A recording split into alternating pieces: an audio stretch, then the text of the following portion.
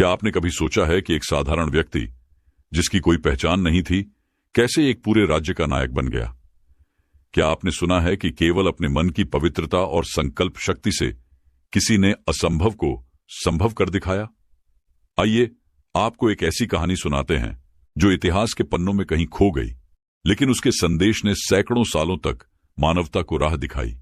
यह कहानी है एक साधारण व्यक्ति अर्जुन की, जो न तो महाभारत के अर्जुन जैसा योद्धा था, न ही किसी राजघराने का हिस्सा। फिर भी उसने एक ऐसा काम कर दिखाया जिसे सुनकर आप दंग रह जाएंगे। सैकड़ों वर्ष पहले दक्षिण भारत के एक छोटे से गांव में अर्जुन नाम का एक साधारण किसान रहता था। वह गरीब था, लेकिन उसका मन इतना निर्मल था कि पूरा गांव उसकी ईमानदारी और परिश्रम की प्रशंसा करता था। एक दिन गांव के मंदिर में चोरी हो गई। यह मंदिर गांव वालों के लिए केवल पूजा का स्थान नहीं, बल्कि उनकी आस्था और विश्वास का केंद्र था। चोरी के बाद पूरे गांव में हाहाकार मच गया। गांव के प्रधान ने सभी से पूछा, इस चोरी को कौन सुलझाएगा? सबने सिर झुका लिया, लेकिन अर्जुन ने हाथ उठाकर कहा, मैं कोशिश करूंगा। लोगों ने उस पर हंसते हुए कहा, अरे अर्जुन, तुम तो एक साधारण किसान हो। चोरी पकड़ने के लिए ताकत और चतुराई चाहिए, तुम यह कैसे करोगे? अर्जुन ने मुस्कुराते हुए कहा, ताकत और चतुराई से बड़ा है मन का शुद्ध होना। यदि मेरा मन पवित्र है तो भगवान मेरा साथ देंगे। अर्जुन ने चोरी की गुत्थी सुलझाने का बीड़ा उठाया। उसने सोचा कि मंदिर से चोर को केवल वही सामान चुराने की आवश्यकता होगी जो वह खुद नहीं खरीद सकता। उसने अपने गांव के सबसे गरीब परिवारों से बात करना शुरू किया। धीरे धीरे उसने यह समझा कि किसी ने चोर को इस पवित्र काम को करने के लिए मजबूर किया होगा। इस बीच राजा को इस चोरी की खबर मिली। राजा ने अपने गुप्तचरों को गांव भेजा और अर्जुन की जांच शुरू की। गुप्तचरों ने राजा से कहा, यह किसान साधारण नहीं है, इसके पास कुछ ऐसी ताकत है जो इसे खास बनाती है।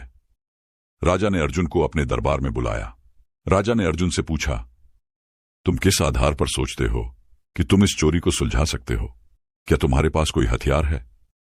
अर्जुन ने राजा की ओर देखा और कहा, मेरे पास केवल मेरी पवित्रता और सच्चाई का हथियार है।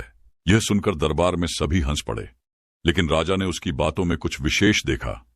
उसने अर्जुन को चोर को ढूंढने का 1 सप्ताह का समय दिया। अर्जुन ने अपने प्रयासों को तेज कर दिया। उसने गांव के हर कोने में जाकर लोगों से बातचीत शुरू की। वह किसी पर सीधा आरोप नहीं लगाता, बल्कि उनके हालात और जरूरतों को समझने की कोशिश करता। इस दौरान उसे पता चला कि गांव के पास की गुफा में रातों को अजीब हलचल होती है। गांव वालों ने अर्जुन को बताया, उस गुफा में कोई जाने की हिम्मत नहीं करता। कहते हैं कि वहां भूत प्रेत रहते हैं। कई लोग गए, लेकिन कभी लौटे नहीं।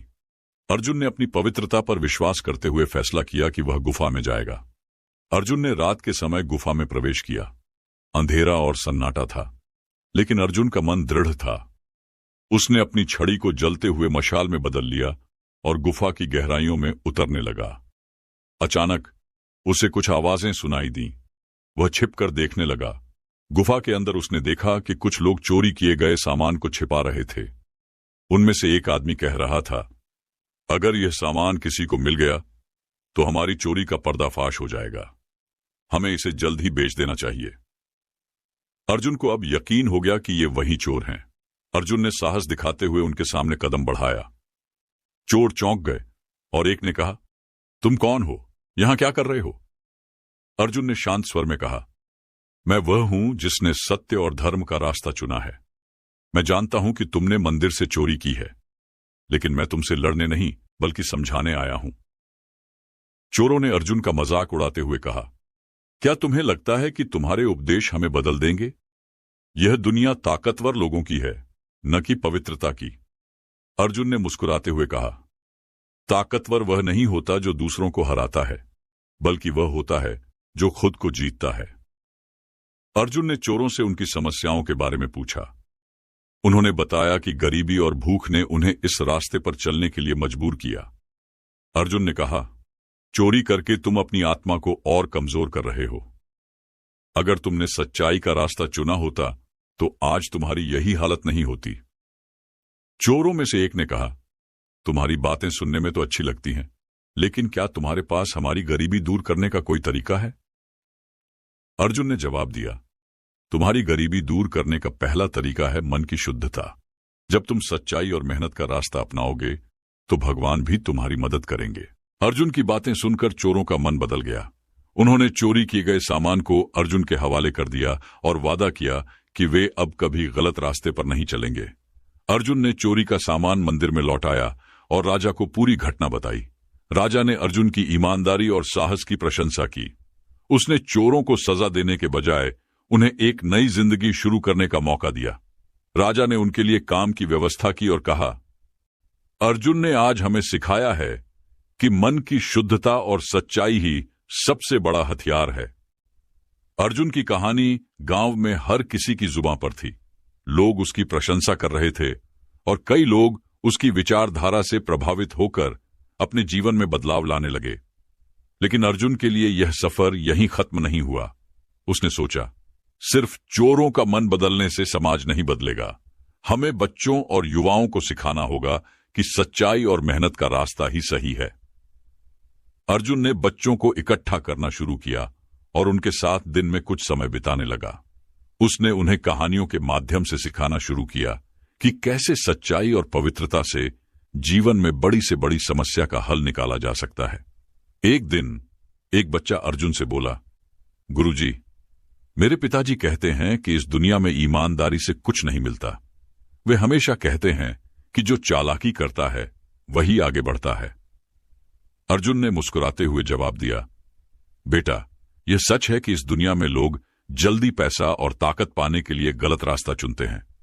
लेकिन याद रखना, जो लोग ईमानदारी और सच्चाई का मार्ग अपनाते हैं उनकी आत्मा हमेशा शांत रहती है। उनका जीवन भले ही धीरे धीरे सुधरे, लेकिन वह टिकाऊ होता है। अर्जुन का संदेश हर जगह फैल रहा था, लेकिन इस बदलाव से गांव के कुछ प्रभावशाली लोग खुश नहीं थे। उनमें से एक जमींदार, जो गरीबों का शोषण करता था, अर्जुन के बढ़ते प्रभाव को देखकर चिंतित हो गया। उसने अपने नौकरों को बुलाया और कहा, अगर यह अर्जुन इसी तरह लोगों को सच्चाई और साहस का पाठ पढ़ाता रहा तो हमारी सत्ता खत्म हो जाएगी। हमें उसे रोकना होगा। जमींदार ने अर्जुन को धमकी भरे संदेश भिजवाए, लेकिन अर्जुन डरा नहीं। उसने सोचा, यह जमींदार भी भ्रम का शिकार है, इसे भी सच्चाई का मार्ग दिखाना होगा। एक दिन अर्जुन ने जमींदार के घर जाने का निर्णय लिया। उसने बिना किसी डर के दरवाजा खटखटाया। जमींदार ने गुस्से में कहा, तुम्हारी हिम्मत कैसे हुई मेरे घर आने की? अर्जुन ने विनम्रता से जवाब दिया, मैं यहां तुम्हारे खिलाफ नहीं बल्कि तुम्हारी मदद करने आया हूं। तुमने अपनी पूरी जिंदगी दूसरों का शोषण करके बिताई है, लेकिन क्या इससे तुम्हें खुशी मिली है? जमींदार चौंक गया और बोला, खुशी? मुझे अपनी ताकत और दौलत में खुशी मिलती है। अर्जुन ने शांत स्वर में कहा, तुम्हारी ताकत और दौलत तभी तक है जब तक लोग डरते हैं, लेकिन अगर उनका डर खत्म हो गया तो तुम क्या करोगे? सच्ची खुशी दूसरों को देने में है, छीनने में नहीं। अर्जुन की बातें जमींदार के दिल को छू गईं। उसने अपनी गलतियों को महसूस किया और अर्जुन से माफी मांगी। उसने वादा किया कि अब वह लोगों की भलाई के लिए काम करेगा। जमींदार के बदलने की खबर पूरे गांव में आग की तरह फैल गई। लोग इस बात को समझने लगे कि अर्जुन का मार्गदर्शन सचमुच एक नई सुबह लेकर आ रहा है। जमींदार ने न केवल अपने पुराने पापों के लिए माफी मांगी, बल्कि गांव के हर गरीब को उनकी जमीन और धन लौटाने का वादा भी किया। गांव में एक बुजुर्ग, जो जीवन भर अपने आदर्शों पर अडिग रहा था, अर्जुन के पास आया और बोला, बेटा, मैंने अपनी पूरी जिंदगी सच्चाई के मार्ग पर बिताई है, लेकिन कई बार मुझे लगा कि यह रास्ता बहुत कठिन है। मुझे बताओ, क्या सच्चाई और शांति के इस मार्ग पर चलने से कोई अपने सारे दुख मिटा सकता है? अर्जुन ने मुस्कुराते हुए कहा, बाबा, सच्चाई का रास्ता कठिन है, लेकिन यही वह रास्ता है जो हमें हमारी आत्मा से जोड़ता है। दुख मिटाना हमारे हाथ में नहीं, लेकिन उनके साथ जीने का तरीका बदलना जरूर हमारे हाथ में है। अर्जुन ने गांव में एक सभा बुलाई। उसने सबको एकजुट किया और कहा, हम सब ने एक बड़ा सबक सीखा है। सच्चाई और मेहनत से ही समाज को बदला जा सकता है, लेकिन बदलाव का यह सफर यहां खत्म नहीं होता। हमें इसे हर घर तक पहुंचाना होगा। उसने सभी से आग्रह किया कि वे बच्चों को ईमानदारी और पवित्रता का पाठ पढ़ाएं। उसने गांव में एक विद्यालय शुरू करने का निर्णय लिया। जहां न केवल शिक्षा बल्कि नैतिक मूल्यों को भी सिखाया जाएगा। जमींदार के बदलने के बावजूद कुछ लोग अब भी अर्जुन की सोच के खिलाफ थे। उन्होंने अर्जुन के खिलाफ षड्यंत्र रचना शुरू किया। एक दिन अर्जुन को धमकी भरा पत्र मिला जिसमें लिखा था, अगर तुमने अपनी यह शिक्षा और विचारधारा फैलाना बंद नहीं किया तो इसका अंजाम बुरा होगा। अर्जुन ने पत्र को पढ़कर शांत स्वर में कहा, सत्य की राह पर चलने वालों को डरने की जरूरत नहीं होती। यह राह मुश्किल जरूर है, लेकिन जो इस पर चलते हैं वे दूसरों के लिए रोशनी बन जाते हैं। एक दिन गांव के कुएं का पानी अचानक सूख गया। गांव वाले घबरा गए। अर्जुन ने सबको शांत किया और कहा, यह समय एकजुट होकर काम करने का है। प्रकृति हमें एक संदेश दे रही है कि हम अपने पर्यावरण का ख्याल नहीं रख रहे। उसने सभी को संगठित किया और गांव के तालाब और कुएं की सफाई का अभियान चलाया। एक हफ्ते की मेहनत के बाद पानी फिर से लौट आया। गांव वालों ने अर्जुन को धन्यवाद दिया और कहा, तुमने हमें न केवल सच्चाई का महत्व सिखाया बल्कि यह भी सिखाया कि कैसे एकजुट होकर हम किसी भी समस्या का समाधान कर सकते हैं। अर्जुन ने महसूस किया कि बदलाव केवल एक गांव तक सीमित नहीं रहना चाहिए। उसने फैसला किया कि वह अन्य गांवों में भी जाएगा और लोगों को सच्चाई, शांति और नैतिकता का महत्व समझाएगा। अर्जुन ने अब यह ठान लिया था कि सत्य और नैतिकता का संदेश केवल उसके गांव तक सीमित नहीं रहेगा। उसने आसपास के गांवों का दौरा शुरू कर दिया। हर गांव में उसने सभा आयोजित की और लोगों को उनके जीवन में सच्चाई, मन की शुद्धता और एकजुटता के महत्व के बारे में बताया। पहले गांव में पहुंचते ही अर्जुन को एहसास हुआ कि यहां के लोग अपने झगड़ों और ईर्ष्या में उलझे हुए हैं। गांव के बड़े जमींदारों ने छोटे किसानों पर अत्याचार कर रखा था। अर्जुन ने गांव के चौराहे पर खड़े होकर एक कहानी सुनानी शुरू की। बहुत समय पहले एक बड़े व्यापारी ने अपनी संपत्ति पर गर्व करते हुए भगवान से कहा, मुझे दुनिया का सबसे बड़ा आदमी बनाओ। भगवान मुस्कुराए और बोले, जाओ और दूसरों की सेवा करना शुरू करो, वही तुम्हें महान बनाएगा। लेकिन व्यापारी ने इसे अनसुना कर दिया। उसने केवल अपने स्वार्थ के लिए काम किया और अंत में अकेला और दुखी हो गया। लोगों ने इस कहानी को ध्यान से सुना और धीरे धीरे जमींदारों और किसानों के बीच वार्ता शुरू हुई। अर्जुन ने उन्हें एक साथ बैठाकर समस्याओं को सुलझाने का रास्ता दिखाया। एक दिन गांव की एक विधवा महिला अर्जुन के पास आई। उसका बेटा बीमार था और उसके पास इलाज के पैसे नहीं थे। महिला ने रोते हुए कहा, मैंने हमेशा दूसरों की मदद की, फिर भी भगवान ने मुझे यह दुख क्यों दिया? अर्जुन ने शांत स्वर में कहा, दुख और सुख हमारे कर्मों के हिसाब से नहीं आते, वे हमें सीख देने के लिए आते हैं। तुम्हारे दुख में तुम्हारे बेटे की सेवा करने का एक अवसर छिपा है। उसे अपना प्यार और धैर्य दो, यही सच्चा उपचार है। अर्जुन की बातों ने महिला को नई ऊर्जा दी। उसने पूरे विश्वास और मेहनत से अपने बेटे का इलाज शुरू किया। दूसरे गांव में लोग आपस में एक दूसरे की संपत्ति चुराने लगे थे। यह गांव अस्थिरता और डर से भर चुका था। अर्जुन ने गांव वालों को एकत्र किया और पूछा, क्या आप जानते हैं कि चोरी का सबसे बड़ा कारण क्या है? अर्जुन ने सिर हिलाते हुए कहा, नहीं, सबसे बड़ा कारण है मन की लालसा। जब हम दूसरों की चीजें देखकर उन्हें पाने की इच्छा करते हैं, तभी हम गलत रास्ते पर जाते हैं। उसने गांव वालों को सिखाया कि कैसे मिलजुल कर काम करके गरीबी से बाहर निकला जा सकता है। उन्होंने छोटे समूह बनाकर कृषि और कुटीर उद्योग शुरू किए। कुछ महीनों में गांव में समृद्धि लौट आई। एक दिन एक युवा लड़के ने अर्जुन से पूछा, गुरुजी, अगर सत्य और शांति का मार्ग इतना अच्छा है तो लोग इसे अपनाते क्यों नहीं? अर्जुन ने मुस्कुराते हुए जवाब दिया, क्योंकि यह मार्ग कठिन है। यह मार्ग आपको पहले खुद को बदलने को कहता है, और लोग हमेशा दूसरों को बदलने में लगे रहते हैं। जो खुद को बदलने का साहस करता है वही इस मार्ग पर टिक सकता है। धीरे धीरे अर्जुन के प्रयासों की खबर पूरे क्षेत्र में फैल गई।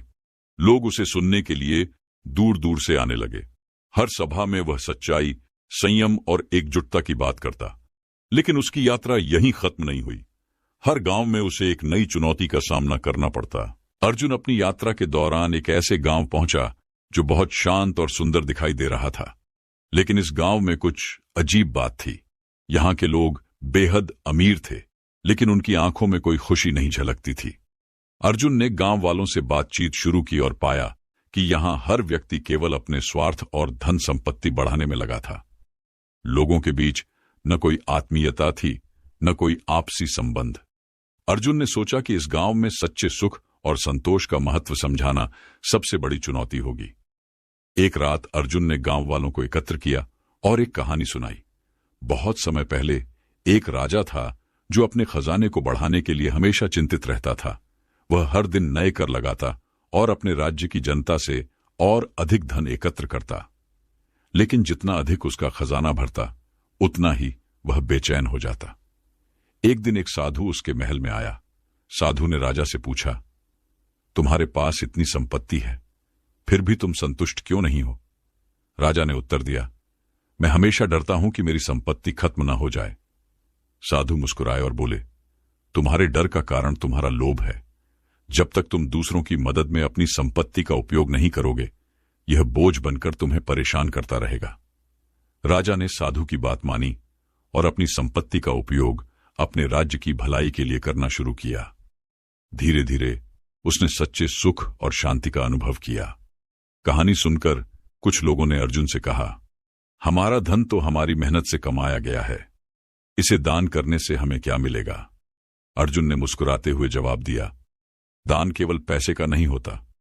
आपका समय, आपका ज्ञान, आपकी सहानुभूति, ये सब भी दान का हिस्सा है। जब आप दूसरों को देते हैं तो आपको एहसास होता है कि सच्ची खुशी दूसरों के चेहरों पर मुस्कान देखकर मिलती है। गांव के एक व्यापारी ने अर्जुन की बातों से प्रेरित होकर अपने मुनाफे का एक हिस्सा गांव के गरीब बच्चों की शिक्षा के लिए दान कर दिया। धीरे धीरे अन्य लोग भी इस आंदोलन में शामिल होने लगे। लोगों ने महसूस किया कि उनकी दौलत का सही उपयोग केवल अपने लिए नहीं, बल्कि समाज के लिए करना है। इससे गांव में न केवल खुशी का माहौल बना, बल्कि लोगों के बीच आपसी संबंध भी मजबूत हुए। एक दिन गांव की एक वृद्ध महिला अर्जुन के पास आई। उसने कहा, गुरुजी, मैं बहुत अमीर हूं, लेकिन मेरे पास परिवार नहीं है। मैं अपनी संपत्ति का उपयोग कैसे करूं? अर्जुन ने उत्तर दिया, तुम्हारा परिवार वही लोग हैं जिन्हें तुम्हारी मदद की जरूरत है। जब तुम दूसरों के लिए कुछ करती हो तो वे तुम्हारे जीवन में एक नया परिवार बन जाते हैं। यह सच्चे सुख का सबसे बड़ा रहस्य है। महिला ने अपनी संपत्ति का एक बड़ा हिस्सा गांव के वृद्धाश्रम और अनाथालय के निर्माण में लगा दिया। इससे न केवल उसे संतोष मिला, बल्कि गांव के अन्य लोग भी उसके इस कदम से प्रेरित हुए। गांव में बदलाव आ चुका था, लेकिन अर्जुन का काम यहीं खत्म नहीं हुआ। उसे अब अन्य गांवों में जाकर वहां के लोगों को जागरूक करना था। हर गांव में उसे नए अनुभव, नई चुनौतियां और नई कहानियां मिलती। अर्जुन की यह यात्रा सच्चाई, संयम और मन की शुद्धता का संदेश फैलाने की थी, और यह यात्रा अभी खत्म नहीं हुई थी। अर्जुन अपनी यात्रा में आगे बढ़ा और एक ऐसे गांव पहुंचा जहां की परिस्थिति बाकी गांवों से बिल्कुल अलग थी। यहां के लोग साधन संपन्न थे और खेतीबाड़ी से अच्छा धन कमा रहे थे, लेकिन उनका स्वभाव बेहद स्वार्थी था। कोई भी अपनी संपत्ति किसी के साथ साझा करने को तैयार नहीं था। गांव में प्रवेश करते ही अर्जुन ने देखा कि लोग अपने अपने घरों में व्यस्त थे। हर कोई अपने आराम और सुख सुविधाओं में लिप्त था। यहां न कोई त्योहार मनाया जाता था और न ही कोई सामाजिक आयोजन। अर्जुन ने गांव वालों को इकट्ठा करके उनसे पूछा, आप लोग इतने समृद्ध हैं, लेकिन आपके चेहरे पर संतोष और खुशी क्यों नहीं झलकती? गांव के मुखिया ने जवाब दिया, यहां हर कोई अपने लिए मेहनत करता है। दूसरों की मदद करना हमारे लिए समय की बर्बादी है। अर्जुन ने गहरी सांस ली और मुस्कुराते हुए कहा, तुम्हारे पास सब कुछ होते हुए भी तुम खाली क्यों महसूस करते हो? क्या तुम जानते हो कि स्वार्थ का परिणाम क्या होता है? अर्जुन ने गांव वालों को एक कहानी सुनाई। बहुत समय पहले एक अमीर व्यापारी था जो केवल अपने सुख और धन के बारे में सोचता था। उसने अपनी संपत्ति से एक महल बनवाया और उसमें अकेले रहने लगा। महल इतना बड़ा था कि उसमें हर सुविधा मौजूद थी, लेकिन व्यापारी के पास कोई दोस्त या परिवार नहीं था। एक दिन व्यापारी बीमार पड़ गया और उसने महसूस किया कि उसके पास देखने वाला कोई नहीं है। अकेलेपन और डर से वह रोने लगा। तभी एक साधु उसके महल में आया और कहा, तुमने अपनी संपत्ति का उपयोग केवल अपने लिए किया। अगर तुमने इसे दूसरों के साथ साझा किया होता तो आज तुम्हारा यह महल दोस्तों और परिवार से भरा होता। व्यापारी को अपनी गलती का एहसास हुआ और उसने अपनी संपत्ति का उपयोग गरीबों की मदद के लिए करना शुरू किया। धीरे धीरे वह खुशहाल जीवन जीने लगा। कहानी सुनने के बाद गांव वालों में से एक किसान ने अर्जुन से कहा, हम तो वर्षों से इसी तरह जीते आए हैं, बदलाव लाना इतना आसान नहीं है। अर्जुन ने उत्तर दिया, परिवर्तन रातों रात नहीं होता, लेकिन अगर आप आज एक छोटा कदम उठाते हैं तो वही कदम आपके भविष्य को बदल सकता है।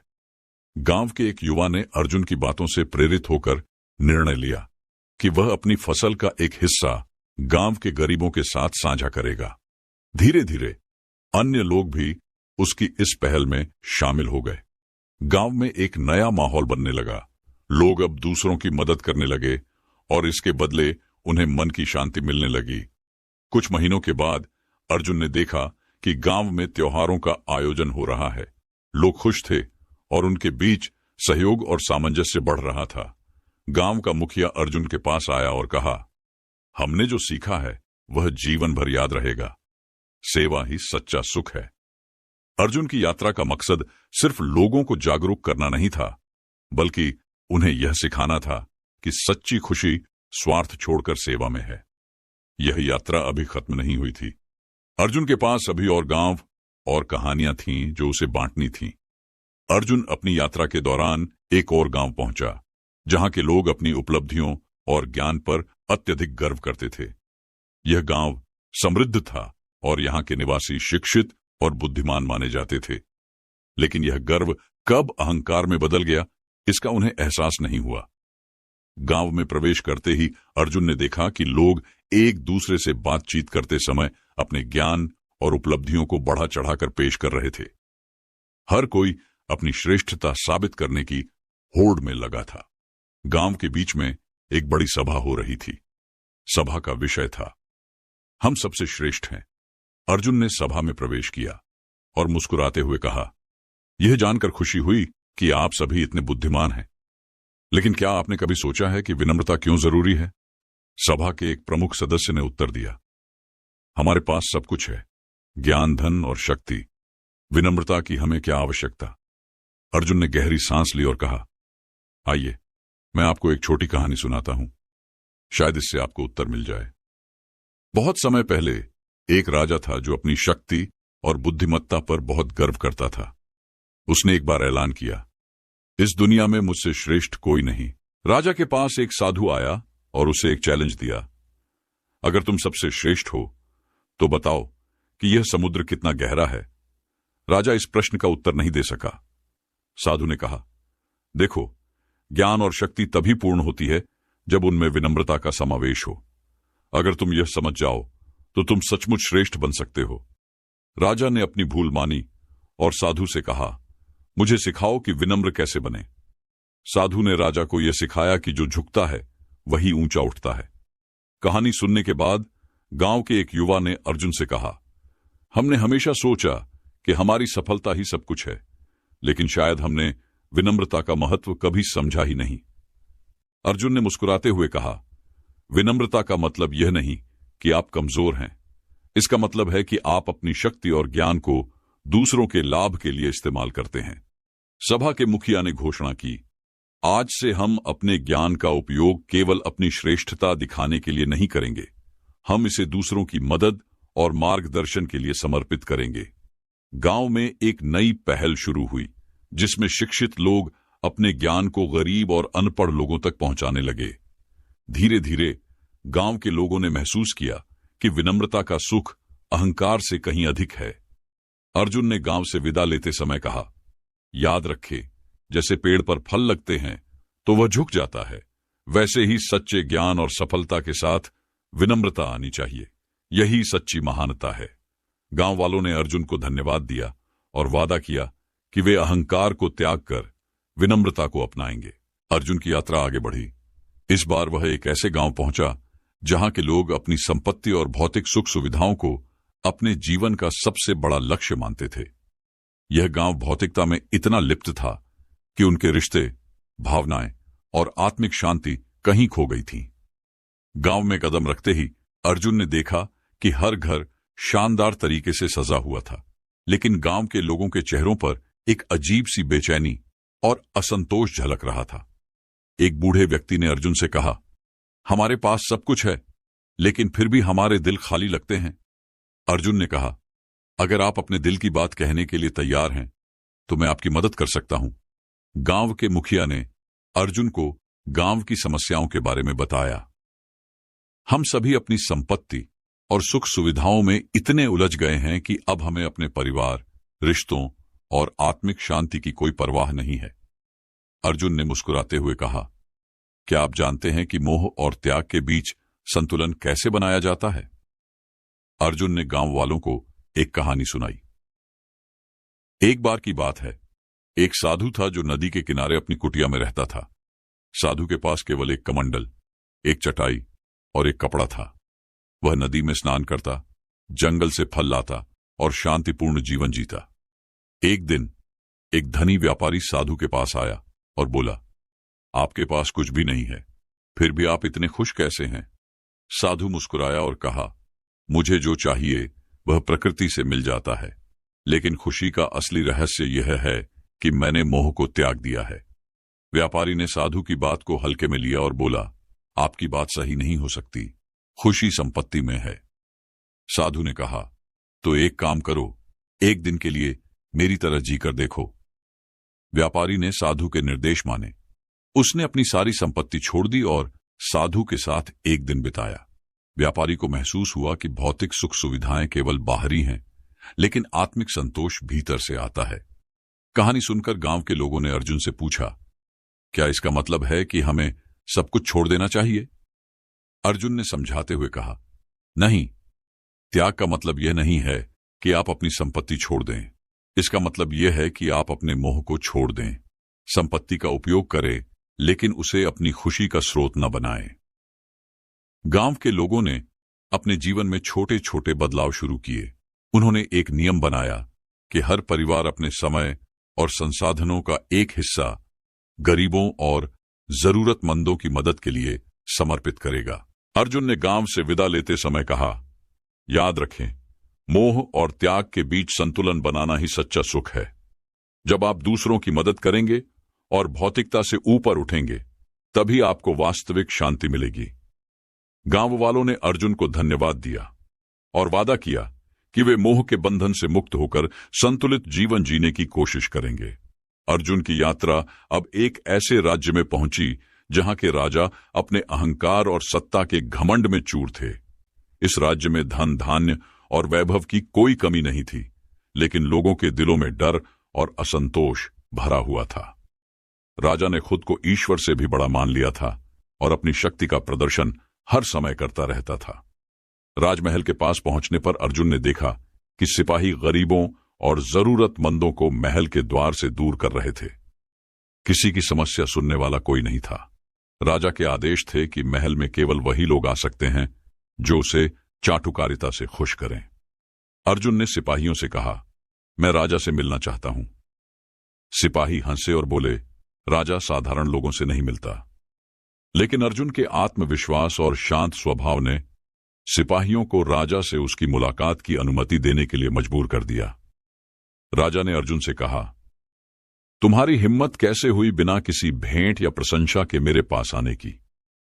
अर्जुन ने विनम्रता से जवाब दिया, महाराज, मैं आपके सामने कोई भेंट लेकर नहीं आया हूं, लेकिन मेरे पास एक कहानी है जो आपके जीवन को बदल सकती है। राजा ने मुस्कुराते हुए कहा, ठीक है, सुनाओ। अगर तुम्हारी कहानी बेकार हुई तो तुम्हें दंड मिलेगा। अर्जुन ने कहा, एक समय की बात है, एक शक्तिशाली राजा था जो खुद को सबसे बड़ा मानता था। एक दिन उसने घोषणा की कि वह एक विशाल यज्ञ का आयोजन करेगा जिसमें सारे देवता उससे मिलने आएंगे। यज्ञ की तैयारी पूरी हुई, लेकिन देवताओं में से कोई नहीं आया। राजा ने क्रोधित होकर आर्षियों से पूछा, देवता क्यों नहीं आए? मैं तो सबसे बड़ा राजा हूं। ऋषि ने कहा, देवता केवल वहां जाते हैं जहां विनम्रता और सेवा होती है। अहंकार के साथ यज्ञ करना व्यर्थ है।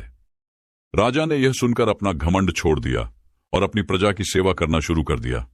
तभी देवता प्रकट हुए और राजा को आशीर्वाद दिया। राजा ने अर्जुन की कहानी सुनकर गंभीरता से सोचा। उसने महसूस किया कि उसका अहंकार न केवल उसकी प्रजा को बल्कि उसे भी खोखला कर रहा था। उसने अर्जुन से पूछा, तो मुझे क्या करना चाहिए? अर्जुन ने कहा, राजा का असली धर्म अपनी प्रजा की सेवा करना और उनके सुख दुख को समझना है। जब आप विनम्र बनकर दूसरों की भलाई करेंगे तभी आप सच्चे राजा कहलाएंगे। राजा ने अपनी गलती स्वीकार की और तुरंत आदेश दिया कि हर व्यक्ति की बात सुनी जाएगी। उसने अपनी प्रजा के साथ मिलकर राज्य के गरीबों और जरूरतमंदों की मदद करने की योजना बनाई। राजा ने अर्जुन से कहा, आपने मुझे अहंकार और विनम्रता का असली अर्थ समझाया। आज से मैं अपनी शक्ति का उपयोग दूसरों की भलाई के लिए करूंगा। अर्जुन ने मुस्कुराते हुए कहा, सच्ची शक्ति सेवा में है महाराज, और वह अपनी यात्रा पर आगे बढ़ गया। अर्जुन की इस अद्भुत यात्रा ने यह सिद्ध कर दिया कि मनुष्य चाहे कितना भी बड़ा या छोटा हो, उसकी सच्ची शक्ति उसके विचारों और कर्मों में निहित होती है। हर राजा, हर गांव और हर व्यक्ति जिसे अर्जुन ने अपनी यात्रा के दौरान प्रेरित किया, ने अपने जीवन में बदलाव किए। मन को शुद्ध रखना बुद्ध की शिक्षाओं का मूल सार है। अर्जुन ने यह सिखाया कि यदि हम अपने अहंकार, क्रोध और नकारात्मक भावनाओं पर विजय पा लें, तो हम न केवल अपने जीवन को बल्कि दूसरों के जीवन को भी बेहतर बना सकते हैं। इस यात्रा के अंत में अर्जुन ने एक शांत और सुंदर जंगल में ध्यान किया। वहीं उसने यह निर्णय लिया कि अब वह स्वयं को आध्यात्मिक साधना और दूसरों की सेवा में समर्पित करेगा। इस कहानी से हमें यह सीखने को मिलता है कि अगर हम अपने मन की शुद्धता बनाए रखें और सही मार्ग पर चले तो हमें हमेशा जीत मिलती है। यदि आपको यह कहानी प्रेरणादायक लगी हो तो कृपया बुद्धा इंस्पायर्ड चैनल को सब्सक्राइब करें और लाइक करें। ऐसी और भी प्रेरणादायक कहानियों के लिए जुड़े रहें। सतत विकास और आत्मशुद्धि ही जीवन का असली उद्देश्य है। धन्यवाद। आज मैं आपको एक ऐसे तरीकों के बारे में बताने जा रहा हूं जिसका 15 दिन प्रयोग करने से आपका दुबलापन खत्म हो जाएगा और आप पहले से ज्यादा ऊर्जावान और एनर्जेटिक महसूस करोगे। कोई ऐसा जूस पिया जाए जो आपके दुबलेपन को, आपके पतलेपन को समाप्त कर दें। और दोस्तों, दुबलेपन दूर करने के साथ साथ वह जूस आपको अनेकों बीमारियों से भी बचाएगा। इस जूस को बनाने के लिए आपको 5 चीजों की आवश्यकता होगी: दूध, केला, पिंड खजूर, भुने हुए चने और गुड़। सबसे पहली चीज जो है वो हम केला लेंगे। केला हर घर में आसानी से उपलब्ध हो सकता है। दोस्तों, केले में आयरन की अधिक मात्रा होती है। इसमें विटामिन B6 भी होता है, जिससे आपका वजन बढ़ता है, आपका तनाव दूर होता है और आपको अनिद्रा की कोई समस्या है तो वह भी आपकी दूर होती है। दोस्तों, केले में फाइबर की बहुत ही अच्छी मात्रा पाई जाती है, जिससे आपका पाचन सुधरता है और आपको कब्ज से राहत मिलती है। इसमें प्राकृतिक शर्करा होने के साथ साथ विटामिन, मिनरल और एंटीऑक्सीडेंट भी होते हैं, जो आपके शरीर को लंबे समय तक स्वस्थ बनाए रखते हैं। केला हृदय रोग की समस्या को कम करने में सहायक होता है, क्योंकि इसमें पोटेशियम होता है जो रक्तचाप को नियंत्रित रखता है। दोस्तों, साथ ही इसमें विटामिन C भी होता है, जो आपके इम्यून सिस्टम को मजबूत बनाए रखता है। त्वचा की सेहत के लिए भी केला बहुत फायदेमंद है, क्योंकि इसमें विटामिन A और विटामिन B6 होता है, जो आपकी त्वचा को निहारता है और आपकी त्वचा को स्वस्थ बनाए रखता है। और इसके अलावा केला बूस्ट ऑफ एनर्जी भी प्रदान करता है, जो दिन भर की गतिविधियों के लिए बहुत ही आवश्यक है। इसमें फैट और कोलेस्ट्रॉल के साथ साथ उच्च पोटेशियम की मात्रा के कारण यह एक अच्छा खाद्य पदार्थ होता है। केला पोटेशियम से भरपूर होता है, जो किडनी को साफ और स्वस्थ रखने में मदद करता है। तो दोस्तों, इतने सारे फायदे आपको बनाना में मिल जाएंगे। इसके बाद हमारी दूसरी चीज आती है गुड़। दोस्तों, गुड़ जो होता है वह कार्बोहाइड्रेट का एक पावर हाउस होता है। ये आपको एनर्जी से भर देता है और आपकी हड्डियों को मजबूत करता है, क्योंकि दोस्तों, गुड़ में बहुत सारे पोषक तत्वों के साथ कैल्शियम और फास्फोरस भी भरपूर मात्रा में होता है, जो हमारी हड्डियों को मजबूती प्रदान करता है। खासकर दोस्तों, बढ़ती उम्र के साथ आपकी हड्डियां कमजोर हो जाती हैं और छोटे छोटे बच्चों की जो हड्डियां होती हैं वह कमजोर रहती है। तो ऐसे में गुड़ खाना उनके लिए बेहद लाभकारी हो सकता है। और दोस्तों, इसके साथ ही गुड़ में आयरन की मात्रा भरपूर होती है, जो आपके शरीर में कभी भी खून की कमी नहीं होने देगा। गुड़ हमारी त्वचा को सुरक्षित रखता है, क्योंकि गुड़ जो है वह हमारे शरीर से, हमारे खून से हानिकारक चीजों को बाहर निकालकर त्वचा की सफाई का ध्यान रखता है और हमारी त्वचा को बेहतर बनाता है, रक्त संचार को बेहतर करता है। इसके साथ ही गुड़ जो होता है वह हमारे पेट में गैस बनने की समस्या को भी दूर करता है। गुड़ हमारे मेटाबॉलिज्म को नियंत्रित करता है। इसके अलावा गुड़ गले और फेफड़ों के संक्रमण के इलाज के लिए भी बेहद फायदेमंद होता है। गुड़ में मौजूद पोषक तत्व जो होते हैं वह हमारे शरीर में स्टैमिना बढ़ाकर हमें दिन भर ऊर्जावान रखते हैं। जिन लोगों को आंखों से संबंधित कोई भी समस्या है, जिनकी आंखों की रोशनी कम हो गई है, उनके लिए गुड़ खाना बेहद जरूरी है। क्योंकि दोस्तों, जो गुड़ होता है वह हमारी आंखों की रोशनी को बढ़ाता है और आंखों की रोशनी जो कम होती है उसको बढ़ाकर सही करता है। इसके साथ ही गुड़ हमारे दिमाग को स्वस्थ रखता है। माइग्रेन जैसी बीमारी को ठीक करने की ताकत इस गुड़ में होती है। इसके साथ यह हमारी याददाश्त के लिए बहुत अच्छा होता है। इससे हमारी याददाश्त जो है वह बेहतर बनती है दोस्तों। इसके बाद आती है हमारी तीसरी चीज, पिंड खजूर, जो हमें हमारे घर में आसानी से मिल सकती है या फिर हम इसे आसानी से खरीद भी सकते हैं।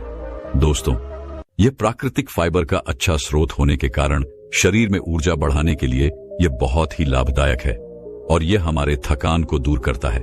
पिंड खजूर कैल्शियम और मैग्नीशियम का अच्छा स्रोत होने के कारण यह हमारे हड्डियों की कमजोरी को दूर करता है और ऑस्टियोपोरोसिस जैसी बीमारियों से हमें बचाए रखता है। पिंड खजूर में मौजूद फाइबर हमारी पाचन क्रिया को सुचारू रूप से चलाने में मदद करता है। यह हमें कब्ज से राहत दिलाता है और पेट फूलने की समस्या से हमें बचाए रखता है।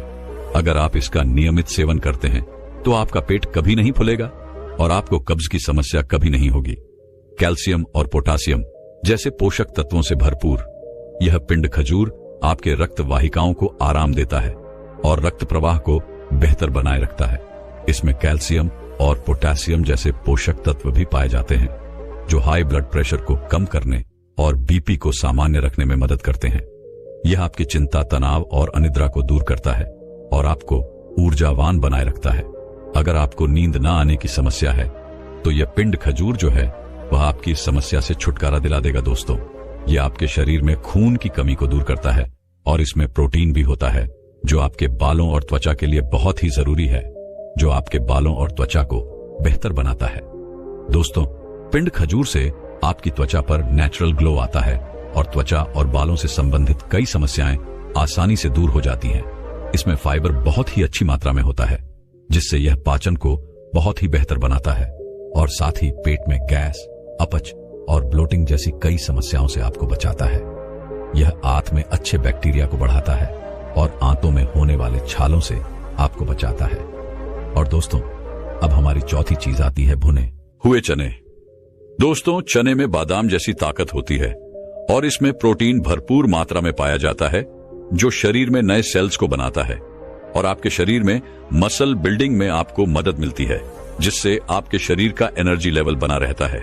दोस्तों, भुने हुए चनों में कैल्शियम, मैग्नीशियम और फास्फोरस उच्च मात्रा में होता है, जो आपके हड्डियों के खनिज घनत्व को बढ़ाने में और आपकी हड्डियों को मजबूत करने में आपकी काफी मदद करते हैं। दोस्तों, भुने हुए चनों में एंटीऑक्सीडेंट और विटामिन सी भी होता है, जो आपकी त्वचा के लिए बहुत ही बेहतर साबित होता है और यह आपकी त्वचा की कोशिकाओं को नुकसान होने से बचाता है और आपकी त्वचा पर जो दाग धब्बे हो जाते हैं उनसे आपकी रक्षा करता है। अगर आप इसका प्रयोग करते हैं तो आपके चेहरे के जो दाग धब्बे हैं वो धीरे धीरे खत्म होना शुरू हो जाते हैं। दोस्तों, कई बार किसी किसी के चेहरे पर झुर्रियों पड़ जाती है, तो दोस्तों, जो ये भुना हुआ चना होता है इसमें मैग्नीशियम होता है, जो आपकी झुर्रियों को कम करने में आपकी मदद करता है और आपके चेहरे को चमका देता है। आपका चेहरा चमक उठता है। इसके बाद दोस्तों, हमारी पांचवी चीज जो है वह है दूध। दोस्तों, दूध का सेवन करने से नींद न आने की समस्या यानी अनिद्रा से छुटकारा मिलता है, क्योंकि दोस्तों, दूध में अमीनो एसिड पाया जाता है, जो आपकी नींद को बेहतर बनाता है। और दोस्तों, दूध में कैल्शियम भी अच्छी मात्रा में पाया जाता है, जिससे आपकी हड्डियां मजबूत बनती हैं। कैल्शियम आपकी हड्डियों को मजबूती प्रदान करता है, जो दूध में अच्छी मात्रा में मिल जाता है। दूध में मौजूद कैल्शियम, मैग्नीशियम और प्रोटीन जो होते हैं वह आपके शरीर में पोषक तत्वों की मात्रा को संतुलित करते हैं। और यही वजह है कि दूध का सेवन करने से शरीर में मधुमेह का खतरा जो होता है वह काफी कम हो जाता है। दूध में प्रोटीन बहुत ही अच्छी मात्रा में पाया जाता है और प्रोटीन का सेवन करने से शरीर का एनर्जी लेवल बना रहता है, आपके शरीर में ताकत आती है, जान आती है। दूध हमारी त्वचा के लिए बेहद फायदेमंद है। जब हम दूध का सेवन करते हैं तो इसका सीधा सा असर हमारी त्वचा पर पड़ता है, क्योंकि दूध का सेवन करने से हमारी त्वचा चमकदार और साफ दिखाई पड़ती है। इसके अलावा दूध का सेवन करने से त्वचा पर जो ब्लैक हेड्स होते हैं वो भी अच्छे से साफ हो जाते हैं। दोस्तों, हम सभी जानते हैं कि दूध में कैल्शियम की अच्छी मात्रा होती है और कैल्शियम हमारे दांतों के लिए बेहद अच्छा साबित होता है। लेकिन दोस्तों, कहीं लोगों को दूध से प्रॉब्लम होती है, तो ऐसे में वह दूध की जगह दही या फिर पानी का इस्तेमाल भी कर सकते हैं इस जूस को बनाने में। अब दोस्तों, हम जानते हैं कि इस जूस को आपको कैसे बनाना है। दोस्तों, सबसे पहले तो आपको भुने हुए चने लेने हैं और उनका छिलका आपको हटा देना है। दोस्तों, चनों से छिलका हटाने के बाद आप इसे मिक्सी के जार में डालिए और इसे अच्छे से ग्राइंड कर लीजिए। ग्राइंड करते समय आप इसमें 2 इलायची भी डाल सकते हैं, जो इस जूस को स्वादिष्ट बनाने में सहायक होगा। दोस्तों, चनों को पीसने के बाद उन्हें निकालकर बाहर रख देना है। इसके बाद आपको पिंड खजूर लेने हैं। 6 से 7 पिंड खजूर लेकर उन्हें अच्छे से धोना है और फिर एक सूती कपड़े से उनको अच्छे से साफ कर लेना है। साफ करने के बाद उन्हें छोटे छोटे टुकड़ों में काट लेना है और उनसे उनकी जो गुठली होती है उनको बाहर निकाल देना है। दोस्तों, गुठली निकालने के बाद फिर से उन्हें पानी में डुबो देना है, जिससे वह जो पिंड खजूर हैं वह बिल्कुल नरम नरम हो जाएंगे। दोस्तों, इसके बाद आपको एक केला लेना है। उस केले के छिलके को आपको उतार देना है और उसे छोटे छोटे टुकड़ों में काटकर मिक्सी में डाल देना है। इसके बाद आपको भुने हुए चनों का जो पाउडर आपने बनाया था उसको भी मिक्सी में डाल देना है। इसके बाद जो आपने 6 से 7 पिंड खजूर काटे थे उनको भी उसमें डाल देना है। इसके बाद मिठास के लिए थोड़ा सा गुड़ आप मिक्सी के जार में डाल दीजिए। इसके बाद 1 कप दूध लीजिए और उसको भी मिक्सी में डालकर इन 5 चीजों को अच्छे से पीस लीजिए, अच्छे से ग्राइंड कर लीजिए। आप चाहें तो इसमें थोड़ा सा ठंडा पानी भी डाल सकते हैं और इसको ग्राइंड कर सकते हैं। इसके बाद आपको बहुत ही अच्छा, स्वादिष्ट और ताकतवर जूस बनकर तैयार मिलेगा। इसके बाद अगर आप चाहें तो इसमें ड्राई फ्रूट भी डाल सकते हैं, जैसे काजू, पिस्ता, बादाम। ये दिखने में बहुत ही सुंदर दिखाई पड़ते हैं और ये बहुत ही ताकतवर होते हैं। ये आपके जूस को और भी ज्यादा ताकतवर बना देंगे। इसके बाद आपका जूस बनकर तैयार हो जाएगा और आप इस जूस को पी लीजिए। ये जूस जो है वह बहुत ही फायदेमंद होगा और 15 दिन के अंदर अंदर आपके शरीर की कमजोरी को दूर करेगा और आपका जो वजन है वह भी बढ़ेगा। दोस्तों, ये जूस जो है वह बिल्कुल फायदेमंद है। इसका कोई भी नुकसान आपको नहीं मिलने वाला है। दोस्तों, इस जूस में डाली गई हर चीज बहुत ही फायदेमंद है, बहुत ही ज्यादा गुणों से भरपूर है। इसके कारण इस जूस के फायदे ही फायदे आपको मिलेंगे। एक भी नुकसान आपको इस जूस से नहीं मिलने वाला है। दोस्तों, बहुत से लोग जो हैं वह मोटा होने के लिए, अपना वजन बढ़ाने के लिए बहुत सारी दवाइयों का प्रयोग करते हैं, जिसकी वजह से उन्हें फायदे की जगह बहुत बड़ा नुकसान झेलने को मिलता है। अगर आप वजन बढ़ाना चाहते हैं, अपने शरीर की ताकत को बढ़ाना चाहते हैं, तो इस जूस को 1 महीना पी के देखिए। इसके आपको फायदे ही फायदे मिलेंगे। इसका एक भी नुकसान आपको नहीं मिलने वाला है। दोस्तों, आपके मन में यह सवाल उठ रहा होगा कि आप इसे ऐसे भी तो खा सकते हैं, लेकिन दोस्तों ऐसा नहीं है। एक एक चीज को खाने की जगह अगर आप इन 5 चीजों को एक साथ मिक्स करके खाएंगे तो इनके बहुत ही गजब के फायदे आपको मिलेंगे और तेजी से आपके शरीर को ये लगेंगे। इस जूस को पीने के बाद आपके चिपके गाल जो हैं वो मोटे हो जाएंगे। आपकी आंखें जो नीचे दस चुकी हैं वो सही हो जाएगी। आपके शरीर में जो हड्डियां दिखाई पड़ती हैं वो दिखाई नहीं पड़ेगी और आपका शरीर जो है वह ऊर्जावान और ताकतवर दिखाई पड़ेगा। ऐसी बहुत सारी परेशानियां इस जूस को पीने से दूर हो जाएंगी। तो इसीलिए दोस्तों, 1 महीना आप इस जूस को जरूर पिए। अगर आप हमेशा ही थकान से परेशान रहते हैं, अगर आप थोड़ा सा काम करने पर ही थकने लगते हैं, अगर आपको हमेशा ही कमजोरी महसूस होती है, चक्कर आते हैं, तो आज मैं आपको एक ऐसी चीज के बारे में बताने वाला हूं जिनको अगर आप हर रोज खाते हैं तो मात्र 10 दिन के अंदर अंदर ही आपके शरीर की सारी कमजोरी दूर हो जाएगी और आप ऊर्जावान और ताकतवर महसूस करोगे। एक बार एक आयुर्वेदिक गुरु अपने कुछ शिष्यों को शरीर की ताकत के बारे में बता रहे थे। उन्होंने अपने शिष्यों को कहा कि अगर तुम सुबह सुबह यह एक चीज खा लोगे तो कभी भी शरीर में कमजोरी नहीं होगी। वह गुरु सभी शिष्यों से कहते हैं कि बेटा, हमारे शरीर में कमजोरी तब होती है जब हमारे शरीर में किसी चीज की कमी होती है, लेकिन अगर तुम अपने शरीर की कमी को ढूंढकर उसकी पूर्ति कर लेते हो तो तुम्हारे शरीर में फिर से ताकत आ जाती है। देखिए, शरीर की ताकत को बढ़ाने के लिए सबसे जरूरी क्या है, पहले उसके बारे में बात करते हैं।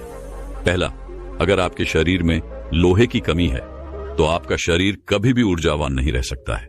दूसरा, अगर आपके शरीर में मैग्नीशियम की कमी है तो आपका शरीर जो है वह कमजोरी महसूस करेगा और आप में आलस्य भी पनपेगा।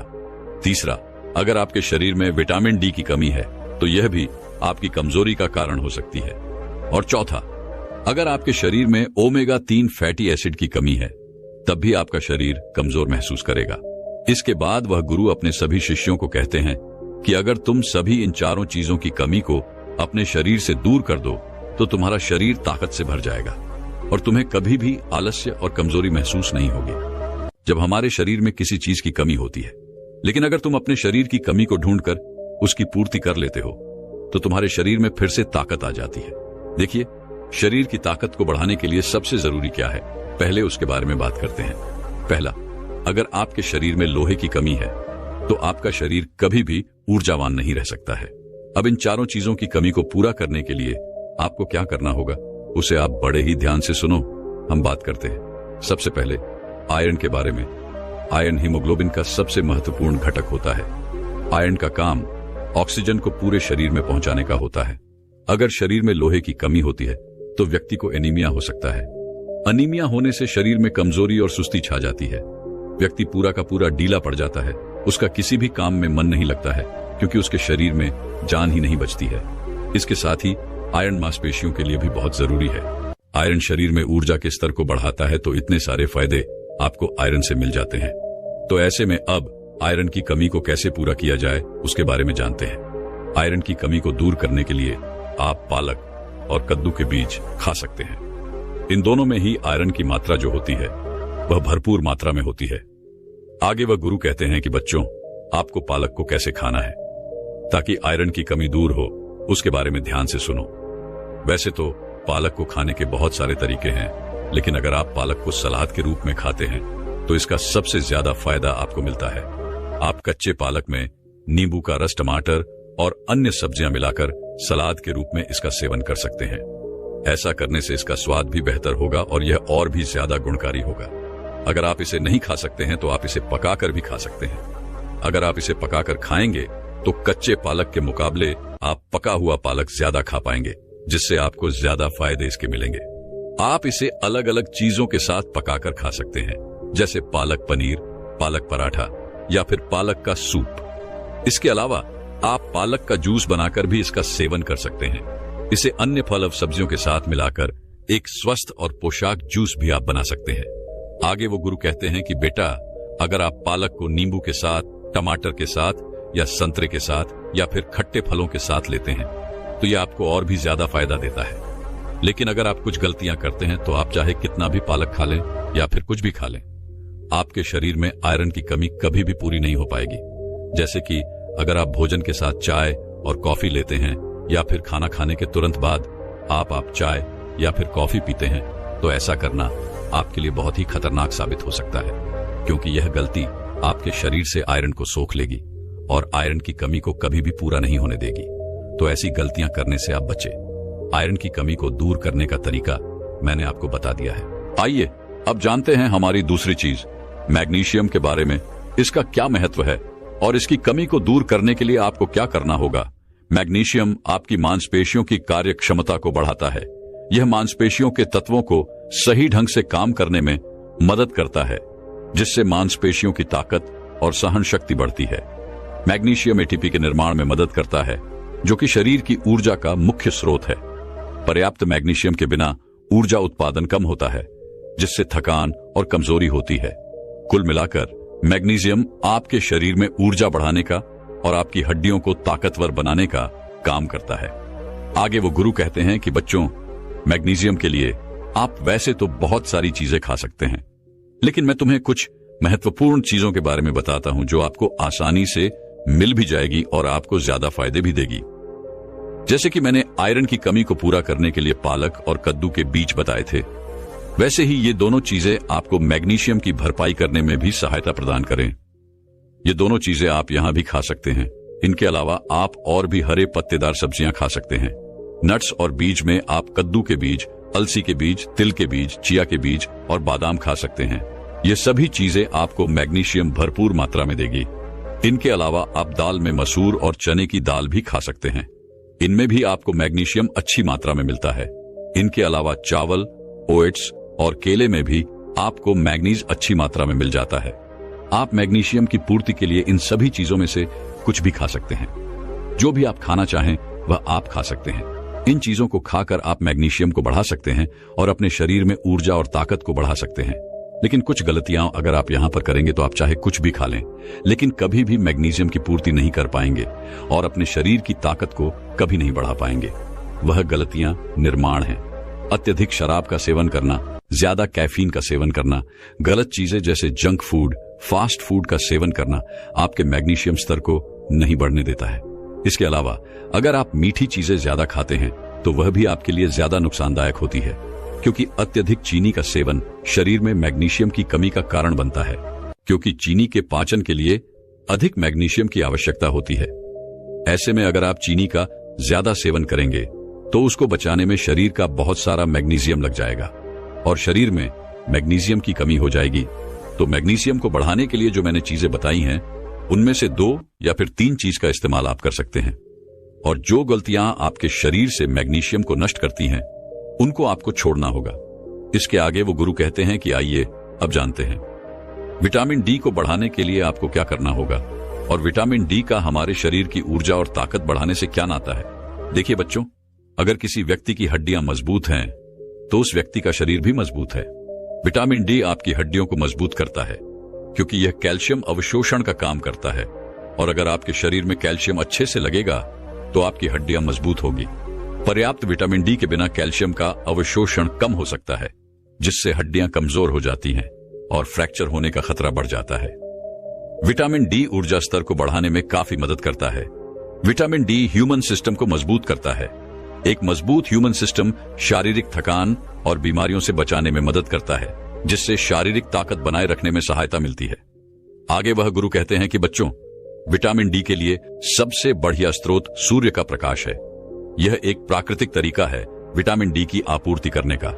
लेकिन सूर्य का प्रकाश किस समय ले, कितना ले और कैसे ले, यह सब जान लेना भी बहुत जरूरी हो जाता है। बिना यह जाने आप सूर्य प्रकाश का लाभ लेने की जगह नुकसान की चपेट में आ सकते हैं। सबसे पहले इसका सही समय क्या है उसके बारे में जानते हैं।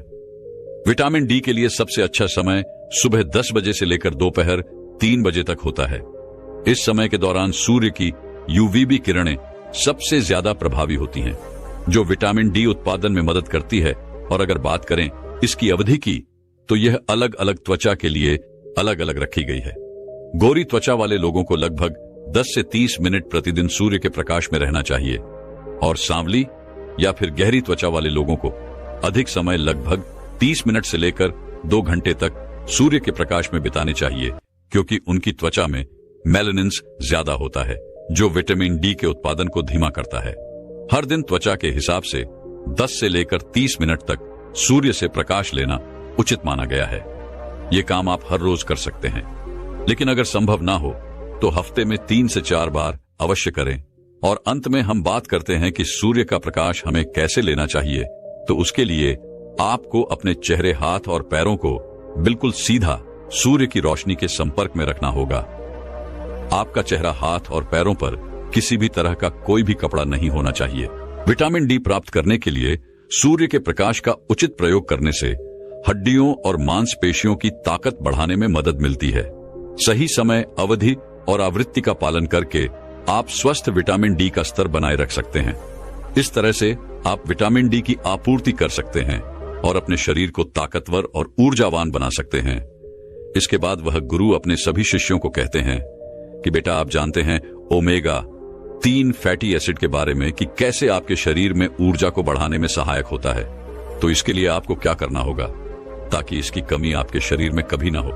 देखिए बेटा, ओमेगा 3 फैटी एसिड के लिए चीजें बहुत हैं, लेकिन आज मैं तुम्हें जो बताऊंगा वह सबसे बढ़िया और सबसे ज्यादा फायदा देने वाली है।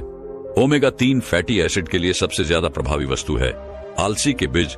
इनका सेवन आपके लिए सबसे ज्यादा प्रभावी होगा, क्योंकि इससे बढ़िया चीज कोई भी नहीं है जो आपके शरीर में ओमेगा 3 फैटी एसिड को बढ़ा सके।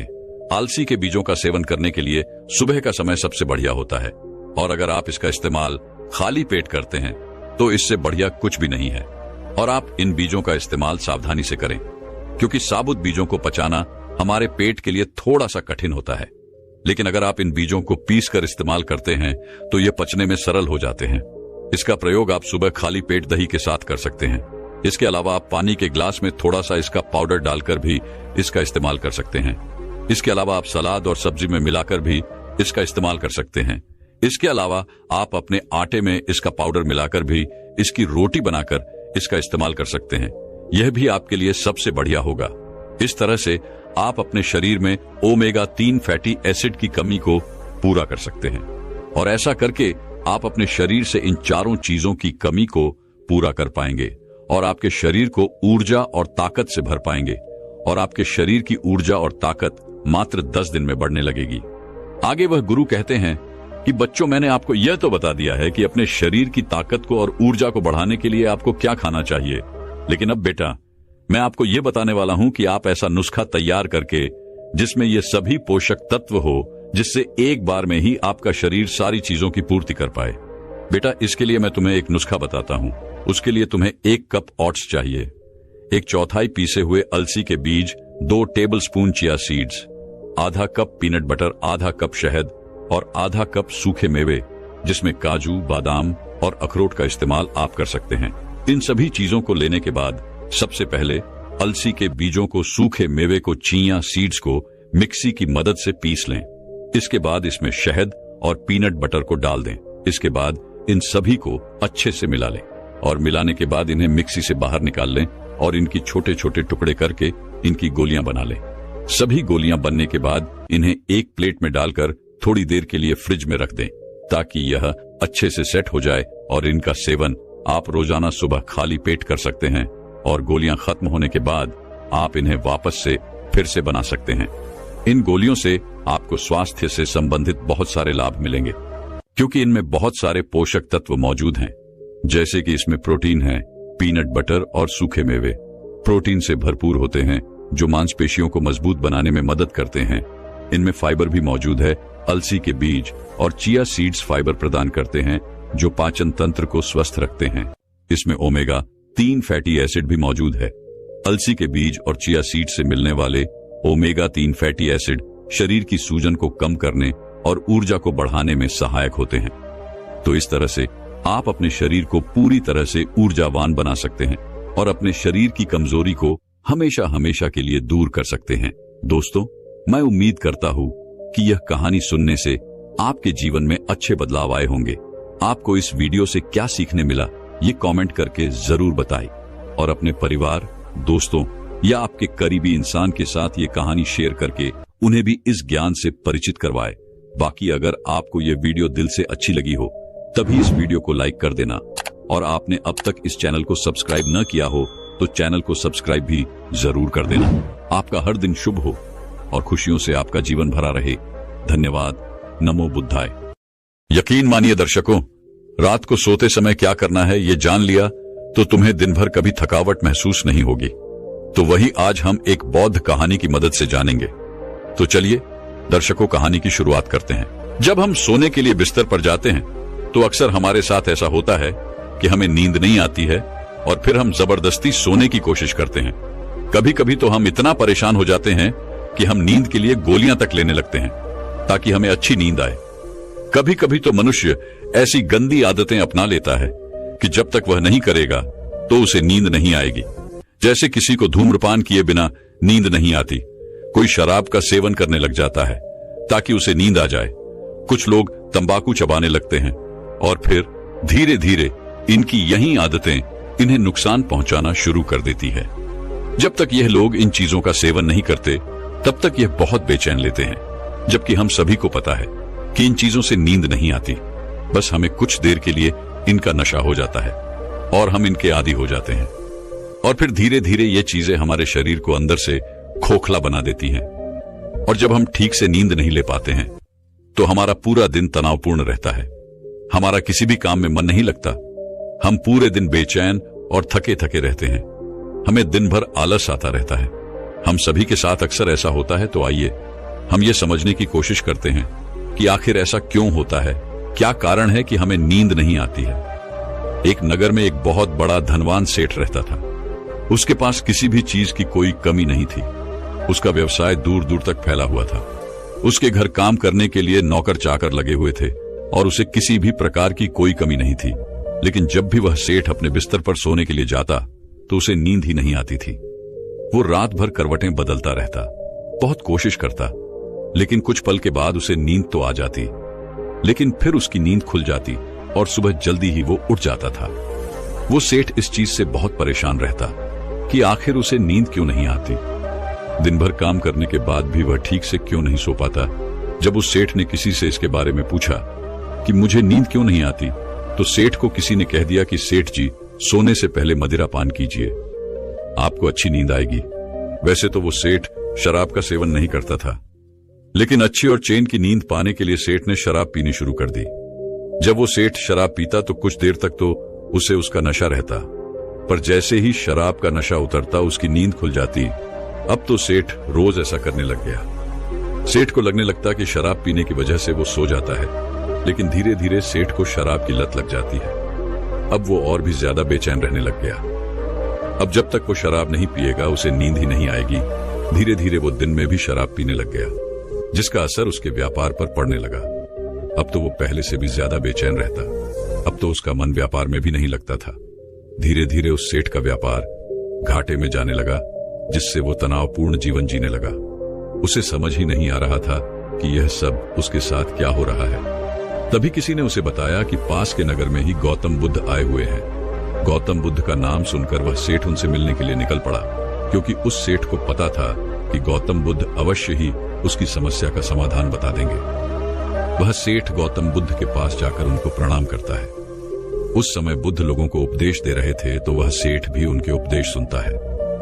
वह उपदेश खत्म होने के पश्चात वो सेठ बुद्ध से कहता है कि बुद्ध, मेरे पास बहुत धन दौलत थी, किसी चीज की कोई कमी नहीं थी, लेकिन फिर भी मैं कभी चैन की नींद नहीं ले पाता था। बहुत कोशिश करने के बाद भी मुझे ठीक से नींद नहीं आती थी।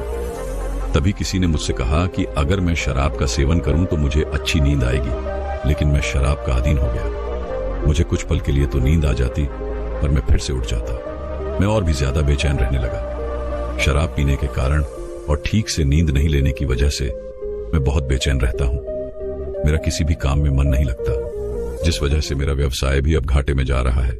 हे बुद्ध, आप ही मुझे इन सब से बाहर निकालो। आप मुझे ये बताओ कि आखिर मुझे ठीक से नींद क्यों नहीं आती है।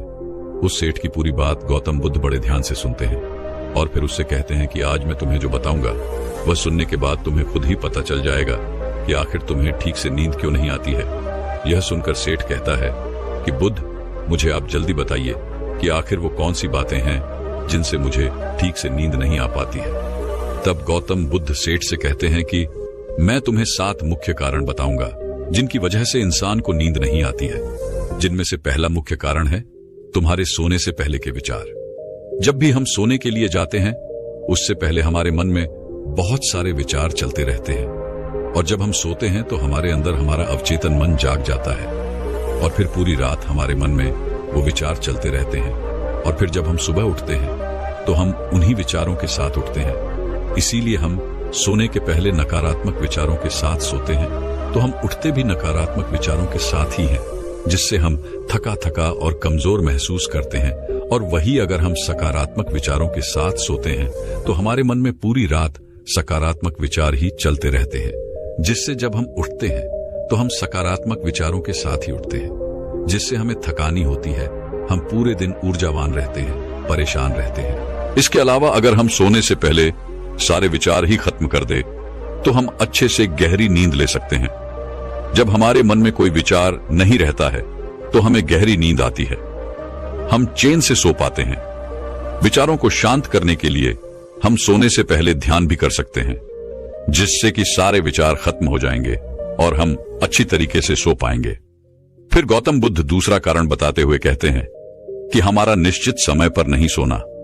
हम क्या करते हैं कि देर रात तक जागते रहते हैं, अलग ही विचारों की दुनिया में खोए रहते हैं। कभी हम बहुत जल्दी सो जाते हैं तो कभी हम बहुत लेट सोते हैं। इसीलिए हमें सोने का समय निर्धारित करना चाहिए, क्योंकि जैसा हम करते हैं धीरे धीरे हमारा मन भी उसी प्रकार से कार्य करने लगता है। और फिर जब आपका सोने का समय होता है तो आपको अपने आप ही नींद आना शुरू हो जाती है। गहरी नींद नहीं आने का तीसरा कारण है कि हम बिस्तर पर बहुत सारे कार्य करते हैं, जबकि बिस्तर सिर्फ हमारे सोने के लिए होता है। लेकिन तुम लोग क्या करते हो? खाना भी बिस्तर पर ही खाते हो। तुम अपने व्यवसाय का काम भी बिस्तर पर ही करते हो। बिस्तर पर बैठकर ही तुम लोग आपस में बातें करते हो। अब तुम मुझे ये बताओ कि बिस्तर तुम्हारे सोने के लिए है तो तुम उस पर अन्य कार्य क्यों करते हो? बिस्तर तो सदैव सोने के लिए ही होता है। हमें बिस्तर पर तभी आना चाहिए जब हमें सोना हो, ताकि हमारे मन को यह पता चल सके कि अब बस हमें सोना है। लेकिन तुम तो उस बिस्तर पर विभिन्न कार्य करते रहते हो, जिससे तुम्हारा मन इस उलझन में रहता है कि अब तुम क्या करोगे। इसीलिए सदैव बिस्तर पर हमें तभी जाना चाहिए जब हमारा पूरा काम हो जाए और हमें सिर्फ सोना हो। तभी हमारे मन को यह निश्चित पता चल पाता है कि अब हम बिस्तर पर आ गए हैं और अब हम सोएंगे तो आपको नींद आना शुरू हो जाएगी। गौतम बुद्ध नींद लाने का चौथा कारण बताते हुए कहते हैं कि गलत तरीके से सोना। हम लोगों को सोने का सही तरीका ही पता नहीं होता है।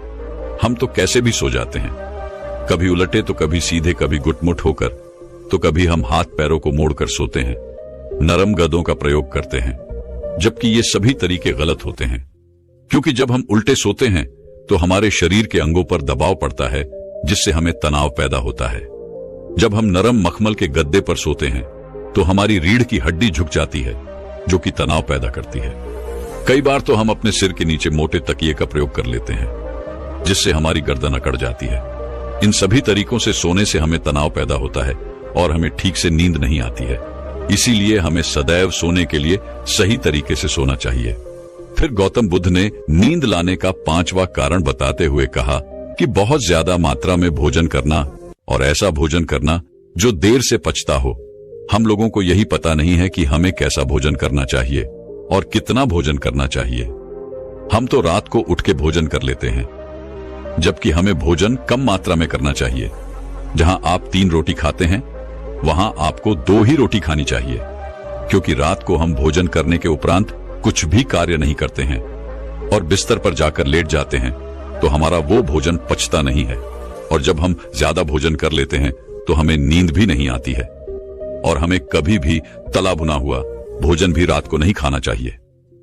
मगर अक्सर हम लोग तो रात को ही अपना मुख्य भोजन खाते हैं। शादी समारोह में जाकर खूब तला भुना हुआ भोजन करते रहते हैं, जबकि तला हुआ भोजन देर से पचता है। इसीलिए हमें ऐसा भोजन नहीं करना चाहिए। अगर हम ऐसा करते हैं तो रात भर हमारा पाचन तंत्र उसी भोजन को पचाने में लगा रहता है, जिससे हमारे शरीर में तनाव रहता है और हम अच्छे से नींद नहीं ले पाते हैं।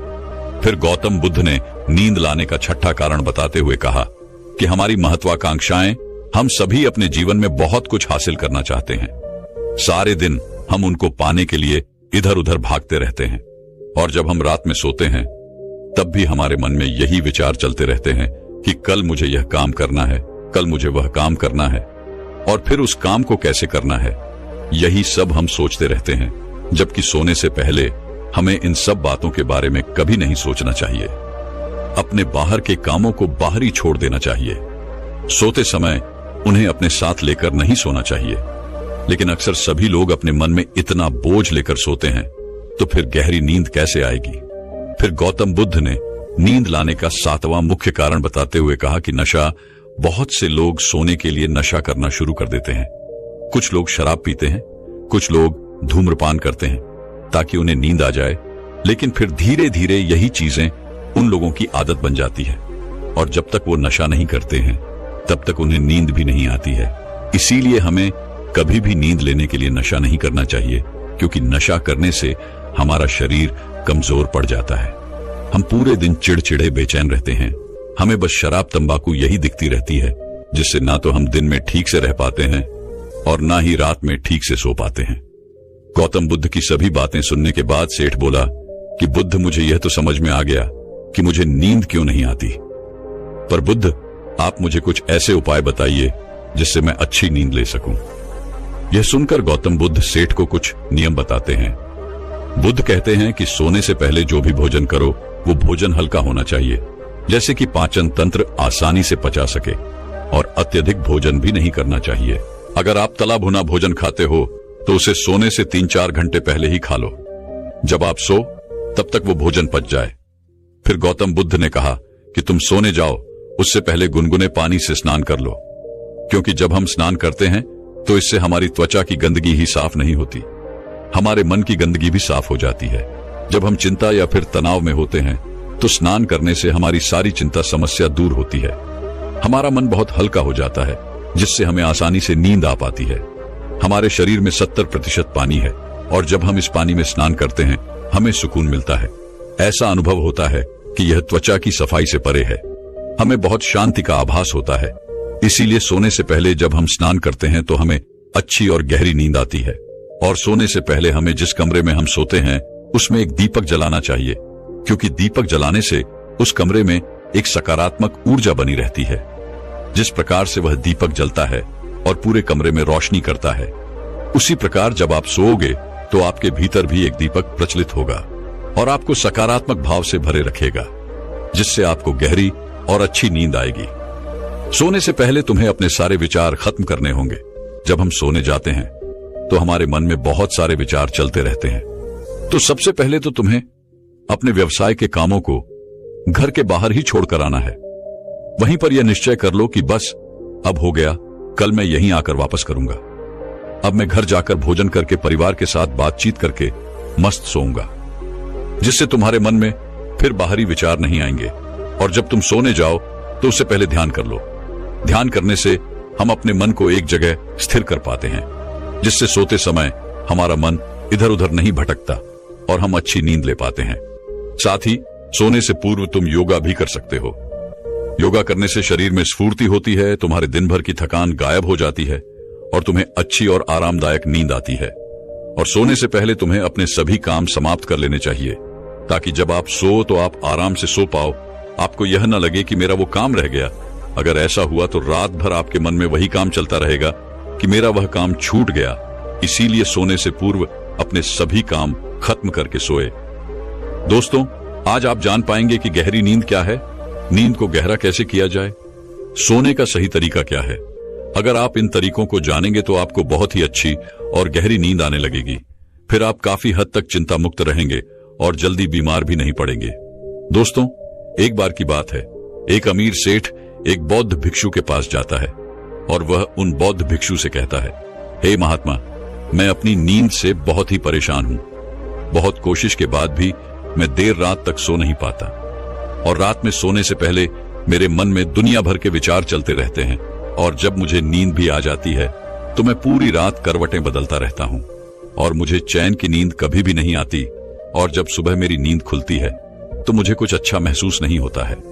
मैं खुद को थका हुआ और अशांत महसूस करता हूं। कृपया आप मेरी समस्या का समाधान बताइए। बौद्ध भिक्षु ने कहा, इससे पहले कि मैं तुम्हारी समस्या का समाधान बताऊं, तुम्हें गौतम बुद्ध की गहरी नींद के रहस्य के बारे में जानना होगा।